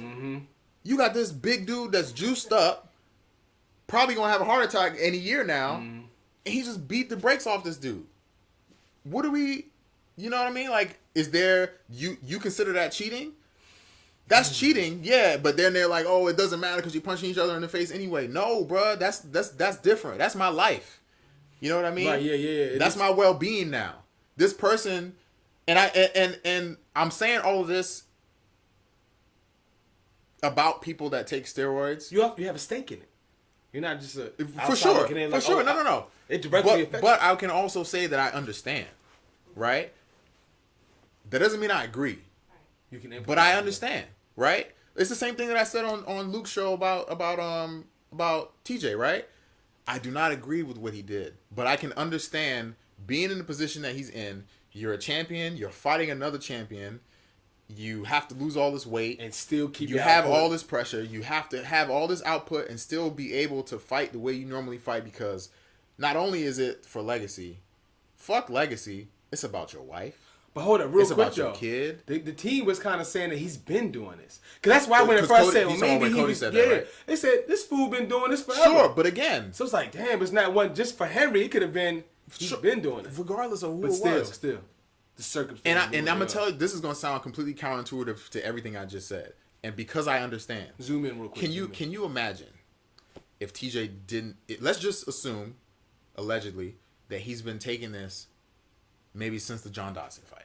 And his gradual change has come from EPO, right? Can you imagine if he didn't take it? He was a win-loss fighter, journeyman, never made the kind of money that he made, and maybe retires in a couple years, made decent money but didn't make the kind of money that he made, and he still has to do something like open up a gym and try to provide for his family. Or we have the TJ Dillashaw that we have now, who took that, now has enough money to take care of him and his family, his child, and maybe even his child's child. That's the whole juice. How can I? Yes, I'm upset about it, and I don't think that he should cheat, but I also understand, like, you have to provide for your family, and at the end of the day, it's about you and yours. So TJ shouldn't give a fuck about me or anybody else that he wants to fight. It's about him, his family, and his life. If I wasn't so, in my head, I wouldn't be able to live with myself knowing that I did steroids and fought somebody, right? But that's me. If you could live with that, and you could take care of your family and take that and do what you got to do, it's not up to you. Right. It's up to the UFC. It's up to the people who are supposed to catch you. To catch you. It's not up to you to have that moral compass to say, I'm not going to do that. So when we say moral compass, right? And I'm with you on a lot of it. But like, let's try to draw a comparison here with like psychedelics. Okay. And how Schedule 1 and how that now universities like Johns Hopkins are doing a lot of studying on it for soldiers with PTSD and stuff like that, right? So they're taking drugs that at one time demonized, right? Okay. Even through maybe miseducation, right? You know, weed is bad for everybody. Now we know that's not the case, right? You even have it without the psychoactive part of it. It helps with like healing and pain and management and stuff like that. Right. Do you think it's ever a time in which steroids, right, the use thereof isn't demonized, and we put more research into it now to say, okay, look, we can give you the right amount of EPO, the right amount of whatever, to now the cost benefit for you, like, yeah, man, look, I wouldn't mind taking something to give me those benefits, but I don't want to have testosterone, TE problems, or stroke, or heart attack, or cancer. Do you think, maybe not our lifetime, but maybe 10 years from now, the stigma's taken off, the scarlet is taken off, we put millions, if not hundreds of millions of dollars in research to really understand what we're doing and how to fix the body. And we say, okay, look, just like how we do protein, creatine, and other supplements, this is what you can take up to this amount to get these type of results. Anything over that, which they kind of do right now with steroids. But also the ability to use it, not because we kind of know how it can hurt, harm, But do you think it'll ever be a part of the fight community? Period. Or do you think it's forever going to be looked at as like, no? Let's be clear. Let's be clear about something, because you said the fight community. Or all communities to be. No. But I want to talk specifically about that, right? In Jiu-Jitsu, almost everybody's on steroids. Let's make that clear. Let's make that clear. I keep hearing this. And I'm not going to be specific about anything because it's not my place. Nah. But, excuse the shit out. I'm not going to throw anybody or any gym or anything like that under the bus. But anybody that's part of the community already knows, right? Yeah. In jiu-jitsu, almost everyone's on steroids. That's wild. And I'll tell you why I care, but I don't care. Okay. For jiu-jitsu. Because it's still part of the fight community, right? Mm-hmm. For jiu-jitsu, for me, the reason why I don't care is because that is more skill-based than anything else, right? The goal of jiu-jitsu is to be able to beat someone who is bigger than you using leverage and skill, right? The Gracies, remember we talked about that a lot more. Right? So, if that's the case, technically speaking, strength doesn't play as much of a factor. Now, obviously, if it's somebody that's 147 pounds fighting somebody that's 250, you know, and you're both black belts and you're both high-level black belts, it's different, right? But if you're, you know, in the same weight class, one person's using steroids, one person's not, like, it's if your skills are up to par or better than the other person, you will win. So, in that aspect, I don't care if jiu-jitsu guys do steroids. I don't. However, when there's a situation like MMA, like boxing, like anything where blows are being thrown, it becomes something more than just skill versus skill, right? And we know that because how many times have we watched MMA fights where the skillful person is winning and then, you know, the last round, the other person is down by 2 rounds, they've been getting their ass beat, and they come back, knock them out. Because, you know, they always had that knockout power, but they may not have had that skill. It happens all the time. There's plenty of guys that don't have that much skill, but they got that power. And they might be getting fucked up, and they'll just throw that one punch that knocks you out or rocks you and changes the whole fight, right? Now, if you're going to take something, maybe you're naturally strong, but if you're going to take something that aids that power or adds power to you, you're changing things now. This is no longer skill versus skill, right? This is no longer your natural power versus my natural power. I lift the weights to get to where I'm at. You lift the weights and then some to get where you're at. You know what I mean? So it's like, and that's not to say, because I think another misconception people have is like, oh, if you take steroids, you know, you're automatically this or that. You do have to do work. Yeah, you still got to work. You still got to get the work in. Sleep. Yeah, you just get better results than the average push person. A little harder and recover faster. So with that being said, if in the future something happens to where, you know, you can take it and not worry about all the shit that keeps you from taking it now, and it's legal. I still don't trust it. I don't trust it. But I will say this: like caffeine. If you need a gig in the morning, you take caffeine. I don't even drink coffee. That's how. Okay. Yeah. Okay. That's how. Like, I really don't want. Like, I can't even drink coffee. I just recently started smoking weed. Okay. It's that bad to where I don't want anything. I barely drink. You alcohol. probably get high, don't you? Not even 2 hits. I'm good. Oh yeah. So boy, that should probably be a DM trip if you really went hard. Yeah, probably. It's happened before. Yeah, where I was like passed out, thought my eyes were closed, my eyes were actually open. That's crazy. It's crazy. Oh, I see now the philosophy behind it now, knowing more about you. Yeah. It's like, no, I'm not just saying this because I'm some prude. It's like, no, I ain't supplement shit, really. Yeah. So, yeah, okay. So, you know, it's, for me, I wouldn't do it. But it's just like anything else, any other competition, right? If you're if you're a bodybuilder, why do you think that they have 2 different? Because they understand the natural. They understand that people are going to use steroids. So here is one for the people who don't want to, and here is one for the people that do. And you see a visible difference. And the natty dudes are huge to us. Yeah. But them steroid dudes is like, fam. Yeah. Skin be purple or see like, what is going on? Right. And you know they dick small. Go ahead. You know they dick small. Go ahead. So, you know, the point I'm trying to make with that is just to say, like, what are we doing here? Are we using our attributes against each other, or are we using our attributes plus some outside shit? And again, you make up the point about like something like DMT, right? Something like DMT that changes my perspective on life is not the same as something that's gonna make my arms bigger and help me add 20 psi more worth of force into my punch. Now hold up. What if it takes a person like myself? Let's say I'm the other person where I don't think like you. Remember we talking about how you can think and separate things and not get nervous or cut things out? What if that allows me to experience the thing they talk about in psychedelics a lot, ego death? But now I realize, like you, oh, this isn't that big of a deal. And yeah, I should be aware but not fearful, but I didn't have that. Do the work then. Do the work. But what if I do it? What if I get that same effect? But that's what I'm saying. Okay. Do the work. Okay. That's what we all here for, right? We all here to do the work. I don't believe that if I was to take psychedelics, that would have helped me navigate all the crazy shit that I've gone through in my life. I don't think so.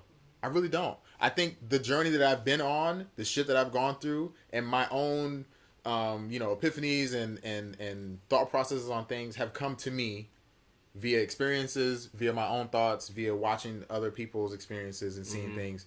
But I had to learn that the hard way, the what I consider the right way.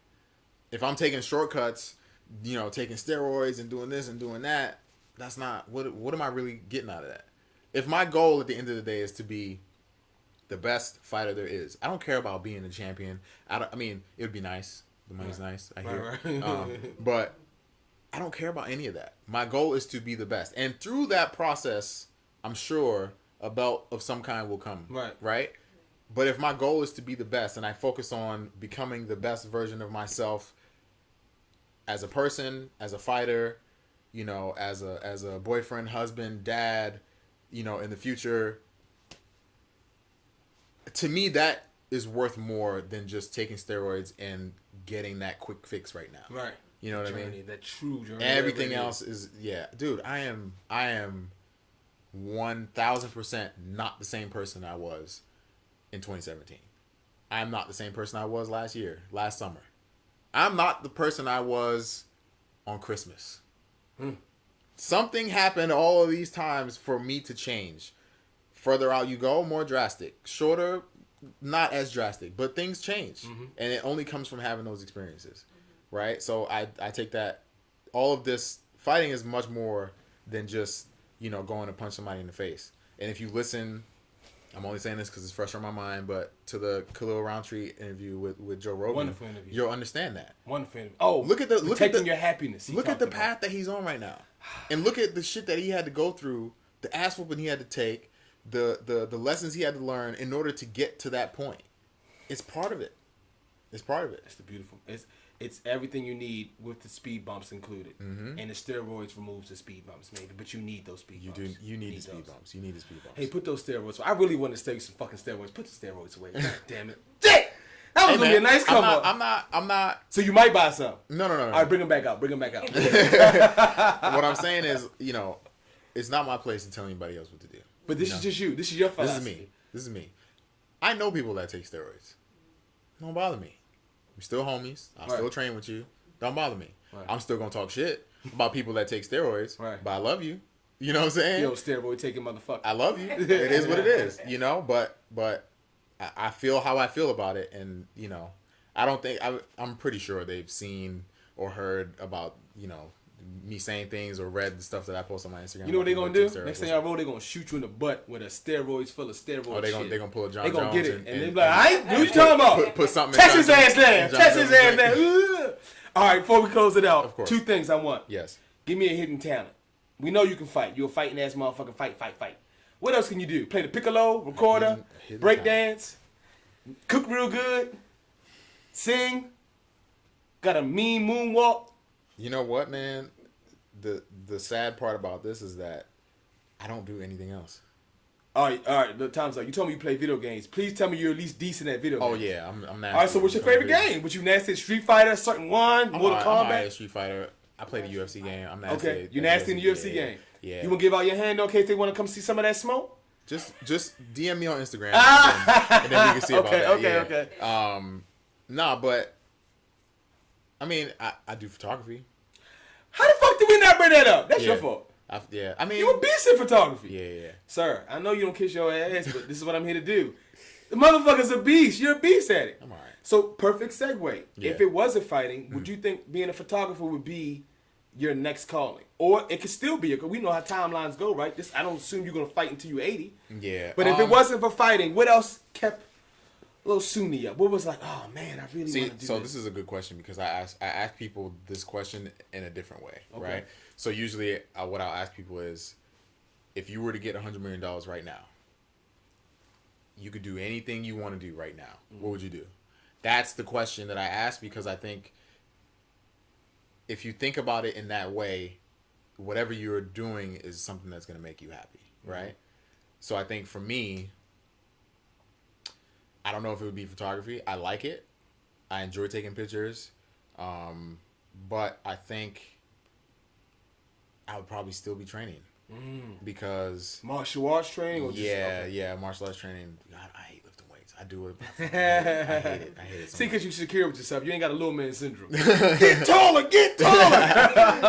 No, you Gucci. I think I think I would still be training, just because of how, I don't know, it feels good to know that you're getting better at something, and I'm using my body, and it's something that I can show to and teach to other people. You know what I mean? Like that is my plan when this is done. Okay. When I'm done fighting, like that's what I want to do, is to teach people.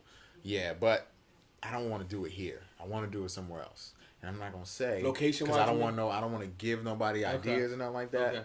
But I want to do something for the less fortunate, and hopefully by then I won't have to worry about money, so I can do it without thinking about money. I don't want anything from it. If anything, I would like to help these people build an infrastructure within martial arts to where they can make money from it, but I personally don't want anything out of it. Okay. Right?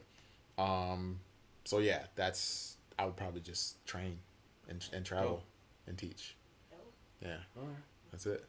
And your second question? Should we so the first one you asked was I said you had any hidden talents, and you said no, all I do is fuck people up. I said this is some bullshit. Oh, you said you were pretty good at video games. Yeah. So that's maybe one of your hidden talents. Sure. But it was also a fucking people up video game, which just showed me you crazy as all hell. But this goes back to what I was talking about, right? Because I kind of only play video games that require you to have skill. Okay. Like, yeah, you can't button mash. Button mash. No, you can't button mash. I hate that shit. Yeah, but that's why I like the UFC game. You know, games where you have to really think, but it's competitive. Like, I'm trying my best not to play 2K because I know that it's a skill-based game. Fam, you might stop fighting. And I know I've lost friends to 2K. I believe you. Fam, I believe you open the door. What you been doing? Nothing, dog, man. Fuck you. Hey, man, suck my dick in China. You like, bro, you ain't been working 2 weeks, man. I'll talk to you later. So don't do that. Yeah. What about you play God of War or Metal Gear? Yeah, I mean, I played some of the best games ever, man. I played God of War. I play story games, bro. Okay, all right. But also because it's you have to think a little bit. Yeah, like you can't. I love Fallout. I haven't played Fallout, but you saw the TV we got out there, right? Yeah. I'm about to leave my wife, and when I mean leave, I mean stay in the house, stay married to her, but not be there. Yeah. Because Fallout is gonna be one of those. Yeah. I'm just gonna. Don't get 76 though. It's trash. Oh, don't get it. Nah. Okay. I bought it. It's not. All right. It wasn't worth it. It wasn't worth it. Fallout 4 is amazing. Okay. That's the first one I should start with, Fallout 4, or should I start with the first one? Play 3. Play 3. Play New Vegas. And play 4. Those are some of the best games I ever played in my life. Also, you ever heard of The Witcher? Yes, I wanted to play. I wanted. Listen to me. The Witcher is a great fucking game. And it like scared me too, right? There's moments where you might get scared about some shit pop out at you and stuff like that. But great fucking game. Okay. Red Dead. Have you played that? I've kicked this fam. But you gotta take that is one of the longest games I ever played. That game takes The Witcher and Red Dead take a long time to beat. I like those. Dude, it took me... The only reason I got the game is because my best friend, he also has an Xbox. Okay. And so we do... It's like a game share thing. Right, yeah. So he bought the game. But because we're sharing the console kind of thing, I could play it. Oh, dope. So I was playing this shit, dog. He got it... I think he got it the day when it came out. I was pretty much playing it since the day it came out. I just beat the game like a little bit before my fight. So how long was that between the game came out in November? Oh shit! So you've been dedicated. And I mean, I'm not gonna say dedicated to beat that game. I'm not gonna say that I Jiu-Jitsu go away. I'm not gonna say that I played it. I'm not gonna say that I played it like the whole time because I definitely took. You took a shit, took a pee. No. Took a nap. What I'm saying is like there's times where you know, when I want to be by myself, I can't even play video games. You know, so I'll go like a week or two without playing any games or anything like that. But you know, when I'm in it, when I come home from practice, I'm putting 4 hours in. Right. I'm gonna go to sleep at 2 in. You know what I'm saying? Playing, yeah. So, yeah, Red Dead is where it's at. I'm trying to think what other story games there are. There's a lot of good games. Good ones. I'm trying to. She don't like games at all, and she do play. Cool. She's a button master. Yeah. Like she'll play a game where I tell her, "You press this button to shoot the hoop." Yeah. I said, "No, motherfucker, pop locking and shit." Like, no, give me the damn remote. All right, this is the final question. Yes. Because we talking about eating ass so much in the show, and you ain't gotta say if you eat ass because it might be uncomfortable just to say that shit. But do you think fighters, on average, are ass eaters? Come on, we know gyms can be some of the nastiest places. We could talk about some wild shit in a fighter gym. Listen, what you hear? What them San Diegos do? They eat that San Diego ass out there? What kind of ass they eat in San Diego? It's probably sweaty. Wow. Okay, so look, this is what I'll say. I know. So you didn't tell everybody did steroids, not goddamn it. We talking about ass eating now. Hear me out.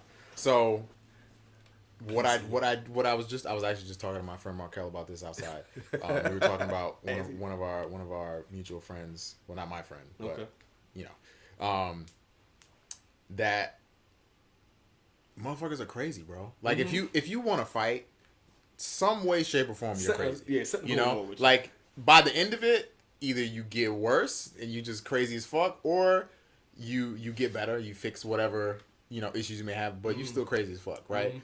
With that being said, most of these motherfuckers are crazy, and a lot of them love sex. They probably all eating ass. Yes! I knew it! I fucking knew it! You ass-eating motherfuckers. I always wondered why I eating ass. Now I know I'm crazy.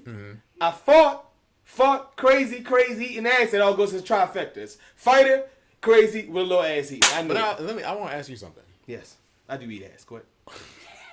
Oh, that wasn't the question. Okay. Yeah, I know, right? She's like, oh god. I feel so bad for her. Why did you start fighting, and then why do you feel like you're not into it anymore? Damn. Let's switch seats. So the reason I started fighting, if I'm gonna be 100% honest, I think I was always insecure with my own masculinity. Okay. So when I was a kid, I was always a short kid, and I was always, before I lost my head, I was the curly head, light-eyed, pretty boy. So I don't know where you come from and how they treat pretty boys on your side of town, but I was the first one everybody always wanted to fight. Okay. You got Yo over there who looked like Mufasa, then you got Yo look like he did, and then you got little Nick like, I want to be friends. Yeah. Fuck him up. So I started martial arts early, and I got used to always having to defend myself, either through the use of comedy to defer the fight. I'd rather be friends with fucking everybody. But if I gotta fight you, I'm gonna beat you there. Okay. As I got older, I realized I wasn't getting no taller or muscular or scary. I was still soft looking. I was short, and nothing about me. It always seemed like if I had to fight him, let's go ahead and fight him. I was unemployed, fam. I was dealing with demons. I was sad. I was getting fat. I was about 225. You know how short I am. I remember when you started talking about that, your weight loss stuff. Yeah, I was, both me and my wife, we were doing a lot of eating and stuff, having a good old time. And I was unemployed, and I knew what was going to happen if I stayed this path. I knew being unemployed, not knowing my job was coming, I was only going to keep eating because I'm depressed because I don't have a job because I don't know when it's coming, and I'm going to keep getting fatter. I couldn't find a job. Henry Smith, cowboy, cowboy pad holder, a couple other UFC fighters. He had a gym in Towson. Okay. We used to ride about all the time because we lived in Towson. And I'm like, you know what? I haven't been to a martial arts school since Bumblefuck, the karate school in the cafeteria. Maybe I should reach out to him and see if I could clean some toilets, mop some floors and shit in exchange for some free classes. Just so while she's at work during the day, I got something to keep me busy. So I'm not just sitting there waiting for this check, eating, crying my life away. And at this time, you still weren't working? Still wasn't working. Okay. Unemployed like a motherfucker. Okay. Another funny story. As I go in, they say, come on in, let's talk about it. I don't know what a fucking fighter gym is. So you called? I called. I think I shot an email first. Okay. And then I talked to somebody. And then they said, come on in, let's show you around and see if it's something you want. Okay. I show up in a suit. I'm from the corporate world. Right. So I had dreadlocks at the time. I showed the suit. It's Cerrone there, Henry, some other pro fighters, and then like a whole bunch of Emmy fighters. And it smelled like shit, pee, ass, and doo-doo. And I'm like, oh. Of course. I look stupid as shit. Come to find out, everybody was laughing like, "Who this dumbass with a suit in the lobby?" So I go there and I train, and for whatever reason, I liked it, and I felt like it went back to my childhood of being insecure, and I felt like it was the closest thing I could have than carrying a gun on me. It was like I had the ability to take care of my family, friends, my wife, and also quiet some of those demons of not being able to do that. Or even not so much that, but we talk about like our family and things that I can't control, and you try to control. Me hitting the bag, me taking my mind off it, said, okay, yeah, your family drug addicts or your cousin doing this, you ain't got no control, but you got control over this 3 minutes on this fucking bag and just bring it all together. And when it got to the training part, people were just telling me I was okay. And then me knowing that if I got to this point now sitting down with a legit fighter, but I didn't answer those questions, wins or losses, that I would forever regret it. So I said, you know what? Yeah, I'm going to pay to do a part of this competition where I could get fucked up and I ain't getting no belts or nothing. But I'm going to train for something. I'm going to see it through, and I'm going to see where it goes. So I did the WKAs, and I won my first fight, lost my second fight, third fight, knee dislocated. But through all that, I learned so much about myself, and I gained so much respect for people like you and how much it takes to be dedicated to something that you do not get paid for the first 30, 40, 50. How many smokers you had? At least 20? 10? 15? Yeah. Before you got to the real Ammy shit? To now.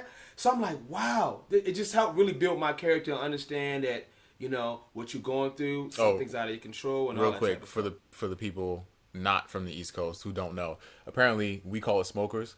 Everywhere else is called a PKB. Why would they do that? Point kickboxing, I guess. Change that. Smoker sounds way better. I'm about to go do a smoker real quick. That was smoke with her. Fuck you mean, boy? PKB. Yeah. That's that West Coast shit. But yeah. Would you fight again? I want to fight again, but I'm turned 35 this year. My knee has not gotten any better. And it's the cost benefit. Let me tell you something. This shit jumps off, and another podcaster want some smoke. I'm hollering at you. You gonna get me right. We gonna train. I got you. I'm gonna get my ass whooped every day. But if he whooping my ass, bitch, your ass ain't whipping shit. Yeah. But right now, I'd rather live through y'all. I'd rather see. Listen, I didn't start when I was 9. Yeah. And I ain't run. Dog, when I did my WKA, I ain't run a goddamn thing but my mouth. Look, the last week I was all right, baby. We gonna start camp. She was like, you fight this Saturday. I was like, I know. We gotta start running today. So I understand my place. And is there another part of me in some other dimension or universe that is that person? Possibly. But right now, my gift is in talking to people like you who really do it. Yeah. So yeah. I will be jumping back into martial arts. You see my white belt there, right? You see that? Oh, you doing jiu-jitsu now? You don't fuck with me, fam. You know what white belt mean? Here. Is that what it means? Not what it means. Okay. It's exactly here. But it's a life learned thing I want to do. It's definitely a journey for me, and it's something I'm gonna pass on to my kids.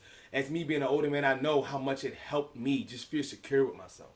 Just really feel secure with myself and the ability to control things and to deal with stress. We were talking about stepping back. Martial arts has helped me so much with that, because if you go into that next round with that same anger from the round previous when you got rocked, you can get rocked again. You got to be able to step back, reevaluate, and say, okay, this motherfucker is tagging me with that 1-2 leg chop. I got to do something different. I have to answer back different. And if I answer the way I'm doing, I'm just going to keep giving him what he wants. He's going to be boom. So that's where I'm at right now. And I'm looking to be a UFC champion in about 6 months. Okay. Cool. That sounds doable. That's a good right? plan. Yeah, good plan? that's a good plan. You have to make it? Well, that's how you know you're a good friend. Like, let's talk off camera, nigga, because you ain't doing nothing. Hey, It's definitely a scary sport, especially for the family members watching you all fight. For sure. Yeah. I ain't let her watch me. Yeah. I was at home panicking, like, what's going on? Because he wouldn't let me come watch him. So I would love for him just to fight so I can have that moment to see my husband. Man, what if I lose this one? You know what's crazy? My mom has not seen me fight once. Wow. Is that by your doing, or? She wanted to fly out for this fight, my last one, but I told her no. Just because. So I kind of have this. But damn, this is a good one for the season. It was. Ooh. But I kind of have a tradition with my mom, right? Okay. So she hasn't seen anything. No smoker, no amateur fight, no nothing, right? But I have I call it a tradition just because, you know, I've done it so many times.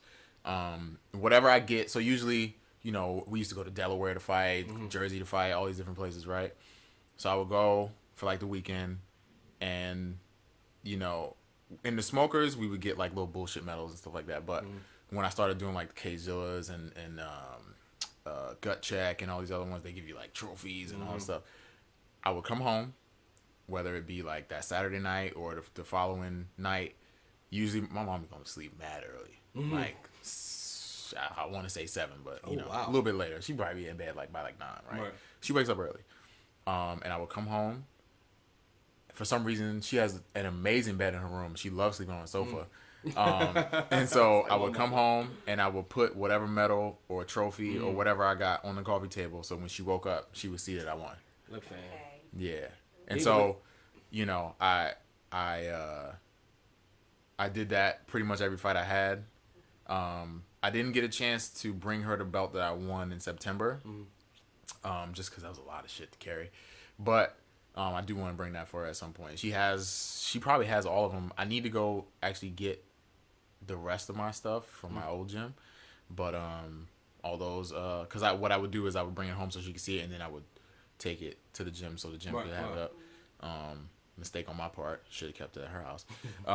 But yeah, so that's the tradition. Hopefully I can keep doing that. You know, I ain't gonna get nothing for winning anything, but you know, maybe something like a glove or something. Right. Bring her something so she knows. That's dope. Yeah. Take a photo maybe of just on the mantle. Dude, I spoke to her. I spoke to her the day after my fight. I was hanging out with all my friends. I forgot where we were. Probably eating outside somewhere, I think. And my aunt texted me earlier in the morning and was like, "Your mom watched that video 500 times." And then I called my mom, and she's on the phone yelling, "Oh my God, that yell. Yeah. That yell you had, bro. Yeah. Bro.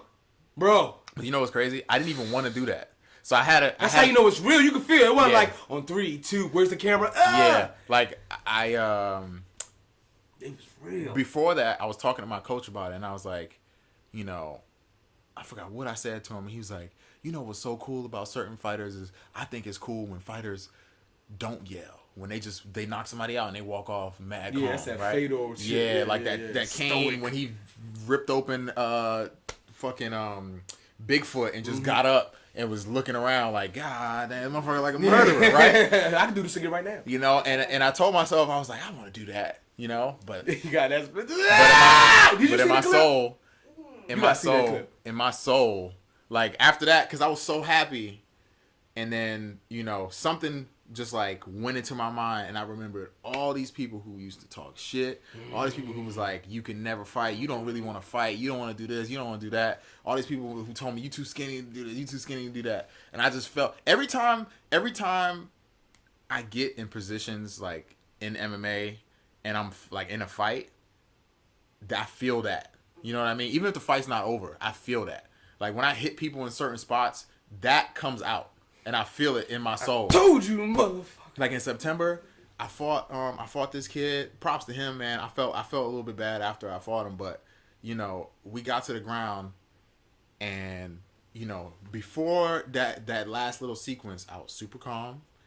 I captured the arm, pulled him down. I was sitting in half guard, threw a couple punches, and when the first one landed, and I felt like I threw it, and I was like. It's just like, I don't know where it came from, but I felt like this anger and this meanness, and I just started, and I never hit that hard, but it's just something, I'm just like, man, I just wanted to fucking kill him, and then it was over, and it's nothing against him. Right, no, you know, it's coming out of me, yeah. It's faces now, it's just. 100%, and so I did that, and that fight I yelled, but it wasn't the same, you know, but this one felt different, partly because I feel like I never hit anybody that hard, like that uppercut. That was rude. So I came out to the song by Mobb Deep, Hell on Earth. Okay, I don't know if I caught that. And I literally pulled that from hell, bro. Like that was it was low. That was everything. that was my soul. You know what I'm saying? I gave a little piece of that. And you getting that screenshot frame like if you going. They took a picture. I have it. You got it? Bellator took a picture of that. Ooh, I need a folder. Can you see the file so I can put it up? I got you. I need that. And then the next time your ass in town, you got to sign it. I got you. When you see this. Matter of fact, I'll print it and I'll sign it myself and then I'll send it to you. When you see this, when you see it, I might put it in my goddamn office. I'm tired of this damn boss. It's like almost like he ripped his shell off and then like powered up with some Goku shit. Like, like Van Damme when he had the shit in his eye and he was like, that's what that shit was. Yeah. He was the black Van Damme at Bellator. Just, and then the music caught in and he do the split, hit his nigga nuts. God damn, that was good. Yeah, so, you know, you said it on camera. You gonna give me a photo? Yeah, I'm gonna give it to you. Yeah. But yeah, man, I felt that. And, you know, speaking of that, I remember you mentioned that you wanted to talk about this before we started the podcast about Rory and that whole situation. Because I was like, I gave a little piece, right, of my soul.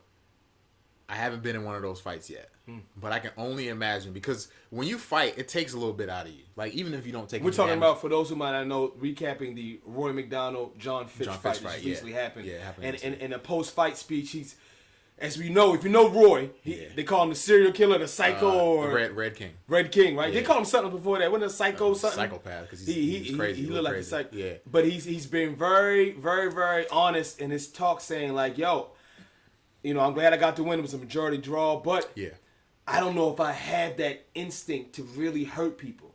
And I guess it lines with his faith and the ideology that goes with it. And he's like, "I just don't know." And I was asking you about that, saying, well, do you see yourself one day not having the same drive or intention or that wanting to hurt somebody? And this is where you pick back up. So, I'm going to tie this all in for you right here. All right?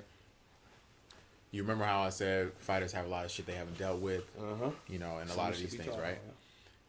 So, I want you to imagine that maybe you're one of these fighters that has these whether it be demons, whether it be, you know, whatever the case may be. And every time you fight, you bring that out. And over time, you've dealt with, like exorcism almost. You've right? popped the demon out. Pop it out, right?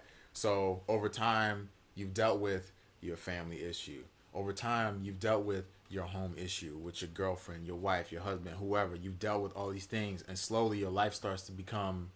You start to understand, and you're more comfortable with yourself. You've dealt with all the things that have hurt you and held you back for so long, and that anger that you pull from when you want to fight, if you're that kind of fighter. And now you don't have it anymore, because now you have a wife, and now you have a daughter, and now you've dealt with a lot of things that you didn't deal with before. And so that well that you pulled from is running a little dry. And so it becomes less of you using what hurt to fuel you, and now you run out of hurt, all you guys love, and you can't use it to fight. Same way. Yeah. And so it slowly started to deplete, because I heard a lot of people talking about that Robbie fight that he had, and I'm sure that took something out of him too, because that was a hard fucking fight, you know. But you saw that fight, and it could be in combination with that and the fact that he got married and he also had a kid. But then you have the opposite happen, where you have some guys who that part of their life and that hurt that they had, they can pull from it if they need to, but also they don't have to. And a good example of that is somebody like Izzy, right? If you listen to any interview he's had afterwards, he was like, I had to go deep, I had to go dark to get what I needed for this fight. Israel Adesanya fight we watched. Okay. Yeah. But like sometimes you have some fighters who have that, they need to pull from that 24/7, and then once it's gone, it's gone. And then you have other guys who are completely emotionless, who will fight, and then when that time comes for them, they got to pull out that little piece of themselves, that little doubt, that anger, whatever they had to pull it out, and they have to use it. Then you get that. You know what I mean? Now imagine if you felt like that every time. You know what I mean? Imagine if that's what you had to deal with every time. That's a hard person to deal with, but how long can he draw from that? Right. He's been fighting a long time. He's had over almost 100 fights now. Easy. That's why I think he said that on record. Like 100 fights. Almost 100 fights now, because he had like 80-something kickboxing fights, plus all these MMA fights he got now. And you have to count the sparring sessions. We just skip past that point. You can add another 50. And that's being conservative. True that. But it depends on what your intention is when you go spar too. Okay. If you're just going to play, right? It's different. Technical spar flow versus but it's different than bang time. Even if you bang it, you got to be fight ready in your head for sure. But so that's my little take on it. So some people just don't, and maybe it's time. Like after this tournament, he probably win, take his meal, and deuce. You know. we'll see. I hope that whatever happens, he finds himself through that, because that's really all we're doing, all of us, like fighters more so than anybody else. But we've just found our path to finding ourselves and who we are. Everybody else kind of has to go through the normal, societal way of doing it, which is, you go to work and you go through your life experiences that take time to happen. But in fighting, it's like, it seems like every day is that life-changing experience that people have, to where they change certain things, like, oh, my parents died, or, my grandmother died, and now you remember all the things your grandmother taught you, or you think about, things that she said, or, you got divorced, or you broke up with your girlfriend, or all these certain life events that happen that change people. We have it on a constant basis. How many times do fighters fight? 4 times a year? 5 times a year? Think about that. People go through their life having maybe 5 or 6 events happen that change their life. Right. Fighters have 4 to 5 every year. Every year. On top of their regular life shit that will change your life. My wife left me. My kids don't like me. You know what I mean? My house, my whatever the fuck. Yeah. Yeah. So, I think it's just an accelerated path to finding yourself and who you really are, or changing into a person that you want to be. I tell you what, man. I am glad. If I can kiss my ass. Can I kiss my ass for a second? Go for it. I'm glad I was able to interview you today and to expose people who are going to watch this video now or in the future that there isn't one type of fighter. Of course not. Definitely not. We're going to end that right there. Thank you so much for coming on. Let's give him a hand clap. My man Sunni, UFC, Bellator, Glory, K1, 2, and 3, World Heavyweight All-Weight Champions, combined with the Universal Alliance Galactical Formation of... That's what you is. That's what I am. Thank you so much for coming on, bro. Of course, brother. I appreciate you. Nice. You can follow us again on Not Safe for Ears, YouTube, Spotify, your mama's mouth, somebody else's DM, Instagram, Facebook, your bati boy, Skunt. Oh, Lord. Listen, some people don't know what that means. Somebody said, Jesus. Jesus. Listen, we got some dope guests coming on. We will keep up anything. Any kind of announcements fight-wise, hey, check me out, my fight coming out, let me know, we shoot it up. I talked to my manager, I can't say nothing yet. No, I ain't talking, I'm talking about when it's solid, you start making the flyers and shit. For sure. Let me know. Absolutely. I want to post it out. Absolutely. Boom, and then you can give me that insider knowledge right at the... I won't record. Of course. Turn the cameras off. So what were you saying about your next fight? Y'all can catch us on all those platforms. Thank you so much. We continue to grow and bring you quality content. And if you don't like it, you can lick the bottom part of my balls right where the asshole meet. Love y'all. See y'all later. All right. That's the stinkiest part, too, boy. Woo-wee. Oh, my